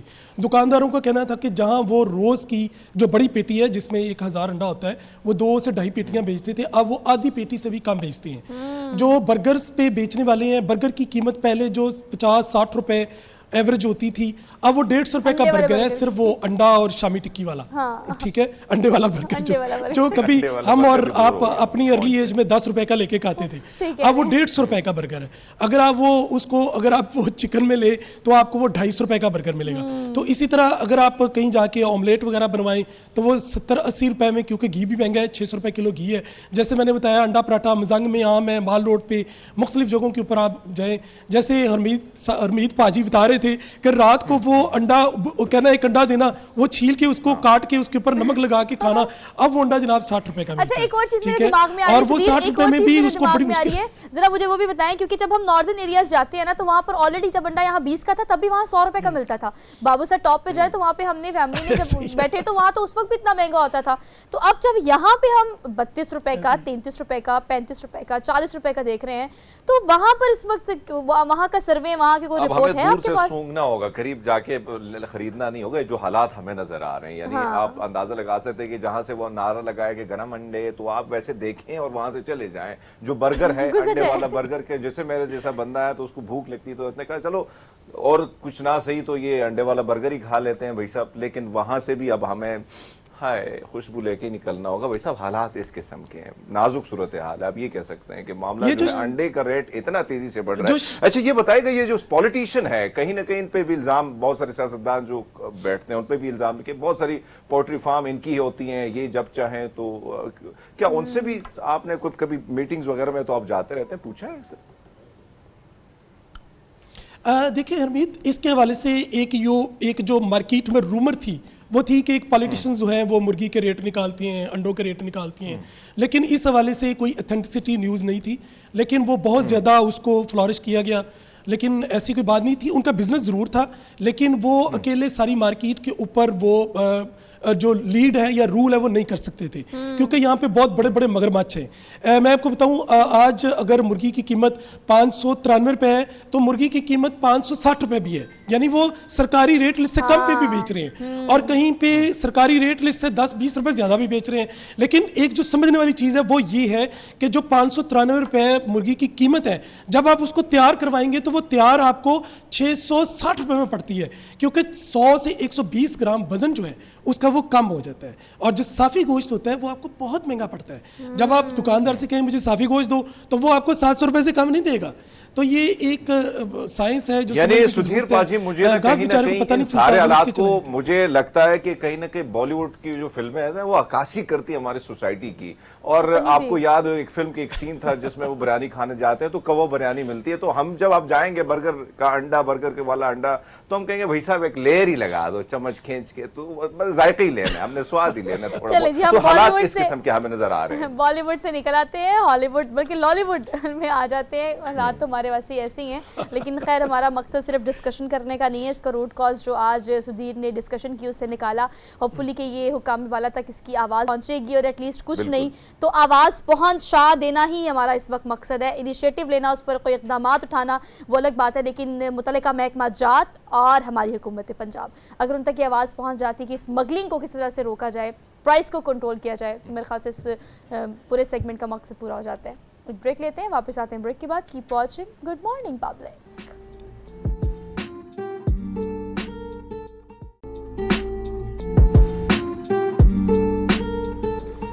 Welcome back after the break. So आपको क्या लगा कि अंडों की कहानी जो है उस पर फुल स्टॉप लग गया है? नो नो नो नो, ऐसा नहीं है। ये टू बी कंटिन्यूड स्टोरी थी जो कि अभी लाहौर पर ख़त्म नहीं होती। सुधीर चौधरी ने लाहौर से हमें अपडेट किया। अब चलते हैं हम कराची से मुजम्मिल फिरोजी कहाँ मौजूद है। अंडे वाला बर्गर हो या घर में बनाने वाले अंडे हो या गर्म अंडे हो, अंडे बहुत महंगे हो गए हैं। मुजम्मिल बताए ज़रा, ये आवाम क्या कहती है इतने महंगे अंडों पर? सोहा देखिए, अंडे जो है किसी ज़माने में हम जब स्कूल जाया करते थे तो हमारी फेवरेट डिश हुआ करती थी और हर चीज़ में हम अंडों का इस्तेमाल ज़रूर किया करते थे। 5 रुपये का अंडा मुझे खुद याद है कि हमने ख़रीदा था अपने ज़माने में, और आज अंडा जो है वो शहर कराची में 40 रुपये का मिल रहा है। और सुनने में बाज़गश तो ऐसी आ रही कि अंडा जो है वो 50 रुपये तक जाएगा। अब अंडे के जो अंडा एक लाजमी जूज़ है सुबह के नाश्ते का, अब गरीब आवाम जो है वो अंडा खाने से भी गई। तो अब ये अंडे का फंडा जो है ना वो बिगड़ता जा रहा है, क्योंकि पहले जब ऐसा होता था जब मुर्गी महंगी होती थी तो अंडा सस्ता होता था, मगर अब तो ये है कि मुर्गी के दामों को भी पर लगे हुए हैं और अंडा भी जो है इस वक्त वो महंगा हो चुका है। 480 रुपये दर्जन बाज़ जगहों पर मिल रहा है। और अभी भी कहीं जगहों पर जो ना अंडे के जैसे पहले बहतात होती थी ना, बहुत अंडे के ढेर लगे हुए होते थे, हम वो ढूंढते रहे, हमें अंडों का कहीं पर ढेर नज़र नहीं आया, क्योंकि अंडे मार्केट में भी कम है। जिस तरह से पहले हम देख लेते थे कि भाई होल सेल पर एक बड़ी भीड़ होती थी और देसी अंडे हमें नज़र आते थे। अब देसी अंडे तो देखने को भी नहीं मिलते हैं। और देसी अंडों की बात तो मुजम्मिल फिरोजी साहब, अगर हम देखें तो चाय पत्तियां दे के चाय की पत्ती का रंग दे के वैसे ऐसे बोलते कि भाई साहब ये देसी अंडा है। लेकिन आपने दुरुस्त बात की, हम पीछे देख सकते हैं बिल्कुल शोपीस की तरह अंडे रखे, और एक वक्त ऐसा आएगा कि किसी न किसी काउंटर में हम एक ही अंडा नजर आएगा। अब आपको क्या लगता है, कराची में कहीं ना कहीं हम बहुत सारी चीजों के हवाले से बात करते कि बहुत सारी चीजें बड़ी सस्ती होती हैं, बाकायदा हम रहे वहां पे और बहुत सारी चीजें सस्ती होती हैं, लेकिन अंडे वाला बर्गर जो है या गर्म अंडे या इस किस्म की चीजें जो होती हैं, मुख्तलिफ चीजों में जब अंडे का इस्तेमाल होता है तो उन चीजों की कीमतें कितनी बढ़ चुकी हैं मुजम्मिल? अच्छा हरमीत, देखिए पहले आपने जो बात की ना गर्म अंडे हम बाज़ारों में देखते थे और रात को जब हम बाहर में सर्दियों के टाइम पे निकलते तो कहवा और गर्म अंडे की आवाज़ें बहुत सुनने को मिलती थी। अब ये आवाज़ सुनने को नहीं मिलती कि गर्म अंडे बॉयल अंडे कहीं पे नहीं बिक रहे, क्योंकि अगर एक अंडा बॉयल बेच भी रहे हैं तो वो 40 रुपये का लेगा तो कितने का अंडा बॉयल बेचेगा। और जहाँ तक बात है अंडे बर्गर की, तो अंडा बर्गर भी जो है वो इस वक्त शहर कराची में 150 से 200 रुपये का हो चुका है। अब आप दाल वाला बर्गर जो होता था वो लोगों ने बगैर अंडे खाना शुरू कर दिया। वो दाल में जो अंडा बना रहे होते हैं ना, वो भी उसमें भी मैदे का कॉर्नफ्लोर का इस्तेमाल कर रहे होते हैं। अंडा भी उसमें नाम के लिए ही डालते हैं ताकि व्हाइट जो है वो मुजम्मिल आप ठीक कह रही हैं। हरमीत, आपने ये देखा है कि अंडे वाले बर्गर का नाम भी कराची जाके चेंज हो जाता है, वो शामी वाला नहीं है, वो दाल वाला बर्गर है। खैर, लेकिन ये तो चले बड़ी अच्छी बात है। अब आपके इर्द गिर्द काफ़ी लोग मौजूद हैं। मुजम्मिल ज़रा राइट लेफ्ट हो और लोगों से पूछें, अगर आपकी DSNG या वायर आपको अलाउ करती है तो आप देखिए कि लोग इस हवाले से क्या कहते हैं। इतने महंगे अंडों के बावजूद भी लोगों ने तो खाना है और लोग खा रहे हैं। यकीनी तौर पर आपने भी सुबह नाश्ता किया होगा, तो ये जो आपके इर्द गिर्द लोग हैं, अच्छा लोगों के रिव्यू के साथ साथ जो सिंध साइड पे पोल्ट्री एसोसिएशन है वो भी इस हवाले से क्या कह रही है कि डिमांड सप्लाई का इशू है। सोहा, यहाँ पर जो है आम आवाम जो है वो बड़ी परेशान है इस बात से लेकर कि अंडा जो है वो अब उनकी पहुंच से भी बाहर हो चुका है। अब अंडा जो है लोग को नहीं मिलता। अंडे वाला बर्गर भी अगर हम बात करें, या इधर आइएगा तो आप आइए, जो है कि अगर आवाम यहाँ पर जो क्योंकि सुबह का टाइम है, हाँ तो अंडे की जहाँ तक बात है, कोई बात नहीं, कोई बात नहीं, मुजम्मिल मुश्किल बात कितना आपकी है? ठीक है फिरोज भाई। 100 से ज्यादा किस्में- मुजम्मिल भाई एक और चीज जो हम देख रहे हैं, अवाम का रिएक्शन भी हमें इसलिए नजर आता है कि वो कहते हैं कि भाई बार बार मीडिया पे बेचारे बोल बोल के तो हम थक गए, प्राइस कम नहीं इसलिए वो बेचारा आया नहीं। लेकिन आपसे जानना चाहते हैं आम मार्केट में जिस तरह हम देख रहे हैं कि लाहौर में हम देखते हैं कि वहां से स्मगलिंग अफगानिस्तान की तरफ, तो कराची से भी यही स्मगलिंग की खबरें आ रही कि कहीं ना कहीं अफगानिस्तान की तरफ जो चीजें स्मगल हो रही हैं, तो इसलिए प्राइस वहां पे भी इसी तरह ही है। अच्छा हरमीत, इसकी जो मैं कॉमर्स रिपोर्टिंग जब हम करते हैं, जब हमारी ताजरों से इस हवाले से बात होती है, तो ताजरों का यही कहना है कि जो अब मुर्गी जो है ना वो बड़ी अंडा जब कब देगी, जब वो बड़ी होगी उसकी उम्र बढ़ने दी जाएगी। तो मुर्गी को छोटी उम्र में ही काट देते हैं ये लोग, तो वो अंडा कैसे देगी? तो अंडों की जो एक्चुअल पोजीशन है वो एक्चुअल अंडे ही शॉर्ट हैं। और जो बच्चे हैं, अभी जब एक दफ़ा दाने की फीड कम हो गई थी तो दाना नहीं आ रहा था, तो जो मर्चेंट हैं, जो जिन पोल्ट्री फार्म है, उन्होंने जो छोटे बच्चे थे उन्हीं को पीस के दाना बना लिया था। तो मुर्गियों की जो अफजाइश है वो भी बड़ी मुतासिर हुई है। और इस हवाले से क्योंकि मुर्गियों की डिमांड तो बढ़ रही है, लेकिन उसकी जो सप्लाई है, जिस तरह से उसकी पैदावार है, इस तरह से हम पैदावार को नहीं बढ़ा पा रहे हैं। और यही वजह है कि अंडों की शॉर्टेज का सामना है। और जो मुर्गियां हैं, अब वो जो पहले हम खाते थे ब्रायलर मुर्गी, जो अंडे वाली मुर्गी होती थी, जिसका गोश्त सस्ता होता था, अब वो गोश्त भी हमें देखने को नहीं मिलता है। और उसकी वजह ये है कि कम उम्र जो छोटी मुर्गियाँ होती हैं उन्हीं को काट लिया जाता है, तो फिर वो अंडे इस तरह से अंडे की पैदावार मुतासिर हो रही है। और अंडे तो कोई मशीन तो बनाती नहीं कि अंडे हम बनाते जाएँ और उसको हम देते जाएँ। तो एक अंडा एक जैनुअन एक कुदरती तरीका है, उसी से अंडे बनते हैं। और वो अंडों के तो यही वजह है कि अंडे शॉर्ट होते जा रहे हैं दिन ब दिन। चलें ठीक है, बात दुरुस्त मुजम्मिल है, मुर्गी को खुराक नहीं मिलती, बहुत सारी चीजें नहीं मिलती, तो मुर्गी अंडा दे तो कैसे दे? ये बड़ा सवाल है ना, जनता जानना चाहती है। जाहिर बात है ये मसाइल तो हैं, इन बेसिक चीजों को रखना होगा, लेकिन परेशान अगर कोई है तो वो आम आदमी है। अगर स्टंट एंड ग्रोथ की बात की जाए तो पहले से पाकिस्तानियों की का जो मामला है, बच्चों की अगर बात की जाए तो प्रॉपर खुराक ना मिलने की वजह से ये मसाइल का हम आलमी सतह पर हम उन ममालिक में हैं जिनका जो शिकार हैं इस मामले में। सो मेरे ख्याल में कोशिश है, और जो स्मगलिंग है सबसे बड़ा एलिमेंट जो है, जब तक जो reporting on the serious note जो मैंने की है, उसकी वजह ये कि जो चीज़ें हमारी महंगी है वो अफगानिस्तान स्मगल होती हैं बाकायदा। और उसकी वजह ये है कि बॉर्डर पर उसी तरह चेक एंड बैलेंस नहीं है, हालांकि दावे बड़े किए जाते हैं, कुछ दिनों के लिए रोके भी गए जिसकी वजह से प्राइस नीचे आई मार्केट में। लेकिन खैबर पख्तूनख्वा, पंजाब से जहां जहां आप देखें ये सारी चीजें स्मगल होती है अफगानिस्तान की तरफ, और उसमें फायदा ताजरों को हो रहा है। आम आदमी इसी तरफ भिलक रहा है कि भाई अब हम अंडा सुबह खाएंगे या नहीं खाएंगे, एक सवाल है।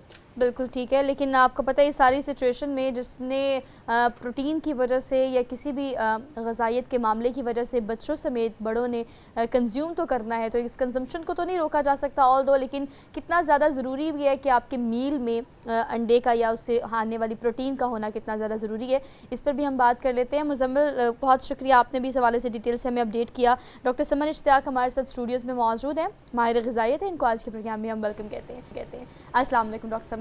वालेकुम अस्सलाम। कैसी हैं आप? मैं बिल्कुल ठीक। Thank you so much for being here, good to see you. Thank you. Doctor साहिबा, अंडे बहुत महंगे हो गए हैं, सुना तो आपने होगा, अंडे कर रहे थे हम, लेकिन अब जो है आप बताएं कि प्रोटीन बहुत ज़्यादा ज़रूरी है आपकी बॉडी के लिए, डेफिशिएंसीज़ को कैटर करने के लिए, और हमें उसको कंजम्पशन भी आपको पता होती है, हम नहीं रोक सकते थी महंगाई के बावजूद भी।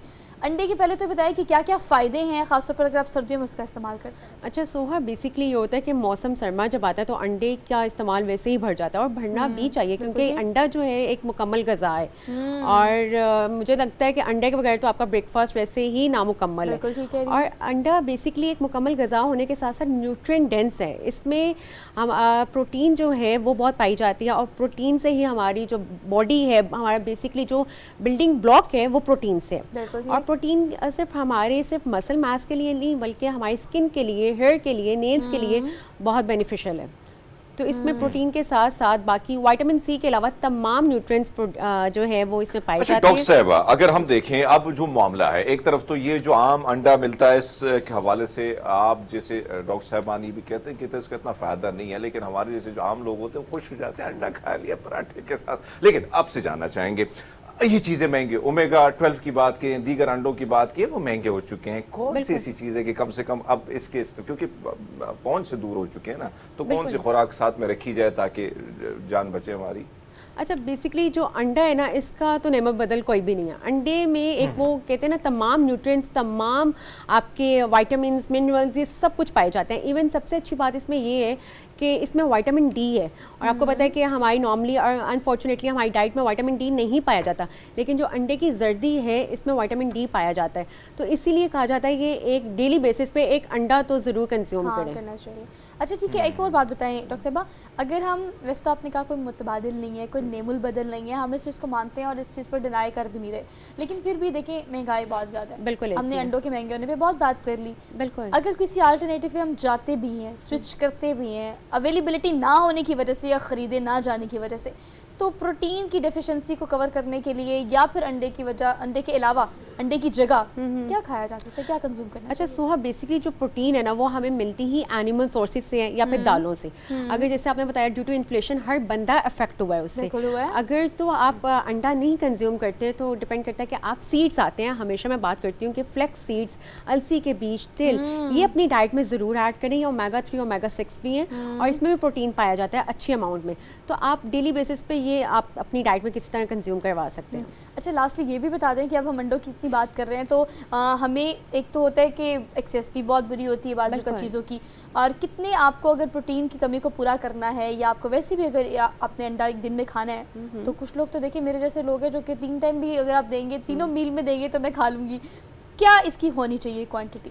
अच्छा सोहा, बेसिकली डिपेंड करता है, पर्सन टू पर्सन वेरी करता है। नॉर्मल बंदा 1 से 2 अंडे तो डेली बेसिस पे खा सकता है, बट अगर आपको हाइपरटेंशन है, ब्लड प्रेशर का इशू है या कोलेस्ट्रॉल का इशू है, तो तब हम कहते हैं कि आपने डेली जो है डेली बेसिस पे नहीं खाना, आप ट्राइस अ वीक ले सकते हैं, और लेना भी है तो अंडे का ऑमलेट बना के उसमें सब्जियाँ ऐड कर दें ताकि फाइबर चला जाए, आपका कोलेस्ट्रॉल है वो थोड़ा इंप्रूव हो जाए और ब्लड प्रेशर जो है वो हाई ना हो।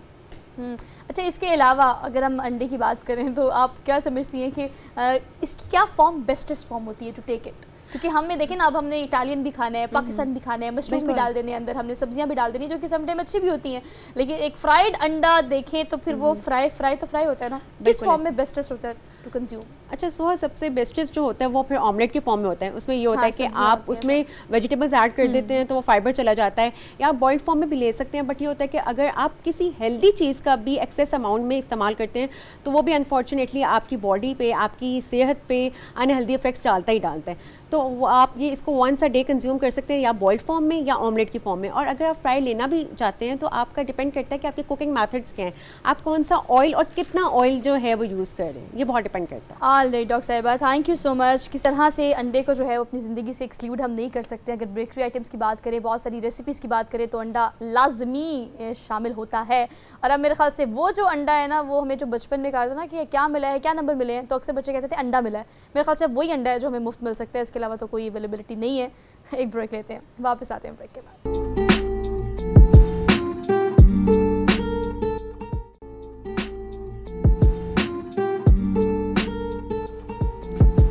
Welcome back after the break. Harmeet मुस्कुराए, कैमरे की आंख आपको देख रही है, वो इसलिए क्योंकि अगर आपने मुस्कुराना है तो $100 स्माइल के साथ। देखो ये लाजमी है सोहा, ये लाजमी है। आप हंसते हैं, मुस्कुराते हैं, चमकते दांत नजर आए तो ठीक, वरना लोग कहते हैं भाई साहब ने ब्रश नहीं किया। लेकिन डॉक्टर तारिक साहब हमारे साथ हैं स्टूडियो में। एक जो बड़ा मसला है सोहा इस वक्त, वो ये है कि HIV, हेपेटाइटिस C और दीगर ऐसी अमराज की अगर हम बात जब टेलीविजन पर करते हैं तो इस वक्त वो ज़्यादा आम आदमी भी उससे मुतासर हो रहा है। उसकी वजूहात जो हैं वो डॉक्टर साहब से जानेंगे। डॉक्टर साहब बहुत शुक्रिया आपका। डॉक्टर तारिक, अगर हम बात करें इस वक्त हेपेटाइटिस C, B, HIV की अगर हम बात करें, ये बड़ी ज़्यादा फैल रही हैं, बड़ी तेज़ी से फैल रही है। और जब भी मामला होता है, पूछा जाता है पेशेंट से, तो कहते हैं कि भाई साहब मैं डेंटिस्ट के पास गया था। इसकी असल वजूहात क्या है? क्या आप लोगों की वजह से कोई कोताही हो रही है, देहातों में जो अताई डॉक्टर बैठे हैं वही कोताहियाँ कर रहे हैं? बिस्मिल्लाहिर्रहमानिर्रहीम। सबसे पहले बहुत शुक्रिया। बिल्कुल, जो हेपेटाइटिस B और C है और HIV है, ये बेसिकली ब्लड के थ्रू ट्रांसफ़र होते हैं। अगर एक मरीज़ को है, एक बंदे को है, तो दूसरी को ट्रांसफ़र होते हैं ना।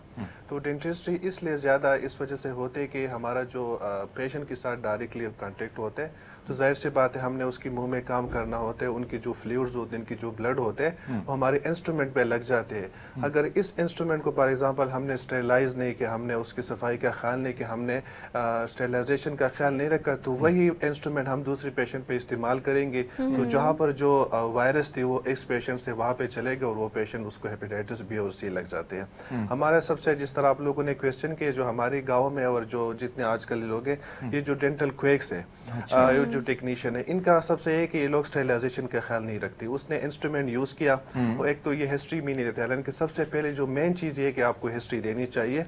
और कुछ ऐसे ब्लड टेस्ट जिस तरह BC और HIV की जो टेस्ट है, मेरे ख्याल में मुश्किल से 500-600 रुपए के होते, वो कंपलसरी होते। उसका रिजल्ट भी तकरीबन 20 से 25 मिनट में आते हैं। इसमें पता चल जाता है कि आपको हेपेटाइटिस बी सी। यानी डॉक्टर साहब, हमने देखा है कि आप जो फरमा रहे हैं बिल्कुल दुरुस्त फरमा रहे हैं, यानी जो पेशेंट है उसको इस चीज का ख्याल रखना चाहिए। क्योंकि एक चीज माजरत के साथ मैं ये बात करूंगा, जितने भी ये डॉक्टर तो नहीं कह सकते, लेकिन जिन्होंने आपसे शागिर्दी की, किसी और से की, वो जाके वो ये चीज नहीं देखते। वो कहते हैं भाई साहब, जिस तरह हम देखने कसाईयों ने ना वो हलाल करना होता है बकरी को, तो उसी तरह सीन हमें वहां पर भी नजर आता है। तो ये टेस्ट आप समझते हैं कि ये पहला पेशेंट जो है उसको खुद कर लेनी चाहिए और तब जाके कहीं ना कहीं वो बच सकता है? बिल्कुल। वैसे अगर हम बाहर ममालिक में देख लें, अगर आपने सिर्फ मतलब ये कि एग्जामिनेशन के लिए भी जाने, अपने दांत सिर्फ चेकअप के लिए, तो ये जो 3-4 टेस्ट है ये आपको करनी चाहिए। क्योंकि इसमें यह है कि डॉक्टर का भी फायदा है, पेशेंट का भी फायदा, हमारे साथ जो हेल्थ वर्कर है उसका भी फायदा है। खुदा न ख्वास्ता अगर किसी को हेपेटाइटिस बी और सी है तो इसके कोई नहीं, एक बीमारी है, हम उसके लिए फिर स्पेसिफिक प्रोटोकॉल फॉलो करते, हम डबल ग्लव्स, डबल मास्क और प्रोटेक्शन करते, और उसी पेशेंट के जो इंस्ट्रूमेंट होते हैं उसको फिर हम डबल स्टेरिलाइज करते, उसका अपना एक तरीका होते हैं। हम भी सेफ हो गए, मरीज भी सेफ हो गए। खुदा न ख्वास्ता एक मरीज ने टेस्ट नहीं किया, उसको हेपेटाइटिस सी हमें पता नहीं है, हमने नॉर्मल पेशेंट की तरह ट्रीट किए, उस पेशेंट से डॉक्टर को भी हेपेटाइटिस लग गया, जो हमारे हेल्थ वर्कर भी है, साथ में जो और भी लोग हैं उनकी लग गए। तो मेरे ख्याल में जो कुछ टेस्ट ऐसे हैं पेशेंट को तो खुद, लेकिन ज्यादा लोग उन चीजों का पता नहीं है। तो मेरे ख्याल में जो देखिए, हमारा मकसद भी यही है कि जो हम थोड़ा सेगमेंट टाइम कर रहे ज्यादा हैं, लगे, लेकिन ये टेस्ट जरूर है, उससे दोनों का फायदा है। इतनी अवेयरनेस हो सके। हमारा मकसद भी कंडक्ट करने का यही है कि एक जो बंदा मरीज है वो किसी डॉक्टर के पास जा रहा है कंसल्टेशन के लिए या ट्रीटमेंट के लिए, उसको ये अवेयरनेस होनी चाहिए। बट ऑल दो अगर कंसर्न डिपार्टमेंट्स की बात की जाए तो आप क्या समझते हैं कि बगैर लाइसेंस के इंस्ट्रूमेंट्स को या तो इंपोर्ट कर लेना, फिर उनको इस्तेमाल करना, बगैर लाइसेंस के, जैसे हम अताई डॉक्टर की बात करते हैं तो डेंटल भी हम देखिए हर गली कोने पे तो एक डेंटल हॉस्पिटल बना हुआ है, डेंटल क्लिनिक बना हुआ है। तो रेगुलेटरी अथॉरिटी जो है इस हवाले से आप क्या समझते हैं, कितना एक्टिवली उनको पार्टिसिपेट करना चाहिए? तो जानों से तो नहीं खेला जा सकता लोगों की। बिल्कुल, आपने बहुत अच्छी, सबसे पहले तो बात ये है कि कम से कम जो हमारी हेल्थ अथॉरिटी है ना, तो उनको कम से कम एक्शन लेना चाहिए। अगर मैं आपको अपनी गांव की लोअर दीर की मिसाल ले तो वहां पर इस टाइम 65 डेंटल क्वेक्स काम करे। कितने? 65 एक लोअर दीर में, और जो क्वालिफाइड डेंटिस्ट के वो मुश्किल से 10-15 होंगे। लेकिन बात वही आ जाती है कि हेल्थ की तरफ से कोई और ने, हर बंदे ने दूसरी साइड पे क्लिनिक खोला और वो कहते कि मैं आपसे पैसे कम लेते, मेरा काम अच्छा है, ये है वो है। हेल्थ वाले आ जाते, विजिट करते, वो लोग पैसे शैसे के लाके फिर वो मामला खत्म हो जाते हैं। हालांकि ये मेरे ख्याल में लोगों की जिंदगी के साथ वो खेल रहे हैं ना, तो हेल्थ वालों का सबसे कि उनका फर्ज बनता है कि वो एक्शन ले, लेकिन बदकिस्मती से वो लोग एक्शन नहीं लेते। डॉक्टर साहब, एक और चीज, अब मसला ये है कि एक तो आप जो फरमा रहे हैं कि वहां पे जिस किस्म की क्लिनिक है, अताई डॉक्टर, फिर हमारे यहाँ हमने पर्ची का मामला भी है, पैसे भी ले लेते हैं। अब आते हैं इस वक्त जो सबसे बड़ा मसला होता है, बहुत सारे पेशेंट ये गिला करते हैं कि मसूड़े जो है वो सूज गए हैं, उससे कहीं ना कहीं ब्लड भी निकलता है, कहीं ना कहीं तकलीफ भी होती है। तो इसकी क्या वजूहात होती हैं और क्या इनिशियल में क्या कर लेना चाहिए? क्या कहीं ना कहीं टूथपेस्ट का मसला या ब्रश वो रगड़ वो जो करता है उसका नुकसान होता है? भाई, जिस तरह आपने कहा कि जो मसूड़े में खून आते हैं और तो उसको हम जिंजिवाइटिस कहते हैं अपने मेडिकल टर्म में, कि वहाँ पर इन्फेक्शन हो जाते हैं। तो उसके मुख्तलिफ वजह हो सकते हैं। एक तो ये है कि प्रॉपर जो हमारी ब्रशिंग टेक्निक है वो ठीक नहीं होता। दूसरा, हमने बस खानापूरी की 1-2 मिनट के, हालांकि जो ब्रशिंग का जो ड्यूरेशन होना चाहिए 3 to 5 मिनट्स होना चाहिए। ठीक है, ये होना चाहिए और प्रॉपर तरीके, सिर्फ सामने वाले दांत हमारे नहीं है, जो पीछे वाले दांत है वो भी हमारे, हमने दांत के हर हिस्से तक पहुंचना है। एक तो सबसे पहले। दूसरा है कि हमारा ओरल हाइजीन, हमने बस ब्रश किया, इसके अलावा हम सब कुछ खा लेते हैं। बाकी कुछ मरीजों को मेडिसिन की वजह से भी हो सकते हैं, कुछ लोग मेडिसिन की वजह से भी है, तो उसको हम बेसिकली। अच्छा डॉक्टर साहब, लास्टली मुझे ये बता दें, आपकी ये वाली बात है बिल्कुल ठीक है, सारे दांत आपके ही हैं, चाहे वो अकल तक पहुंचने वाले हों। लास्टली बता दें, कुछ ऐसी मिसकंसेप्शन बड़ी है हमारी सोसाइटी में कि आपने सुबह उठना है, ब्रश करना है, उसके बाद नाश्ता करके आपने घर से निकल जाना और सारा दिन वो खाने के ज़रात आपके मुंह में रहते हैं। खाने के बाद या खाने से पहले ब्रश करने के जो हमने कॉन्सेप्ट अपने खुद ही बनाए हुए, ज़रा इसको क्लियर कर दें कि ब्रश करने का टाइमिंग क्या होनी चाहिए, क्या होती है? और इसी के साथ ऐड कीजिएगा जो रात को लोग बिरयानी खा लेते हैं, बोटी चबा लेते हैं, कहते हैं जायका बड़ा मजे का है, जायका नहीं जाना चाहिए, उनके लिए कितना जरूरी है कि रात को भाई साहब ब्रश लाजमी, ये 2 चीजें ऐड कीजिएगा। ब्रश वैसे होना तो 3 टाइम चाहिए, लेकिन वही बात आ जाए कि जो दिन का टाइम होता है दोपहर को किसी के पास ऑफिस वगैरह में, तो एटलीस्ट सुबह मतलब नाश्ते से पहले मेरे ख्याल में ब्रश का कोई फायदा नहीं है, क्योंकि आपने नाश्ता की वही आपकी ज़रात का आपकी मुंह में तो पूरा दिन शाम तक चलेगा। मेरे ख्याल में नाश्ते के बाद आप ब्रश करें और रात को सोने से पहले, ये नहीं कि आपने ब्रश के और इसके बाद आप बेड पे चले गए, आपने चिप्स ले लिया, आपने ये किया, एक मरतबा आपने ब्रश के तो इसके बाद आप मतलब ये कि पानी के अलावा कोई नहीं खाएंगे। कुछ लोगों ने तो इधर ही रखा होता है, इधर ही है वो जो डॉक्टर साहब आप बिल्कुल ठीक कह रही है, सारे सजेशन जो है बड़े काइंड है और मुझे उम्मीद है कि देखने वालों ने काफ़ी कुछ इससे लिया होगा। Thank you so much for being there. आप कंसल्टेशन के लिए जा रहे हैं किसी डेंटिस्ट के पास या फिर आप इलाज मुआवजे के लिए जा रही है, सारी वो चीज़ें जो कि आपको कीप इन माइंड रखनी चाहिए, तभी आप बच सकते हैं। आपने अपनी हिफाजत खुद करनी है। आपसे लेंगे इजाज़त, इंशाल्लाह मुलाकात करेंगे कल नए टॉपिक नए इश्यूज़ के साथ। अपना बहुत सारा ख्याल रखिएगा। अल्लाह हाफ़िज़।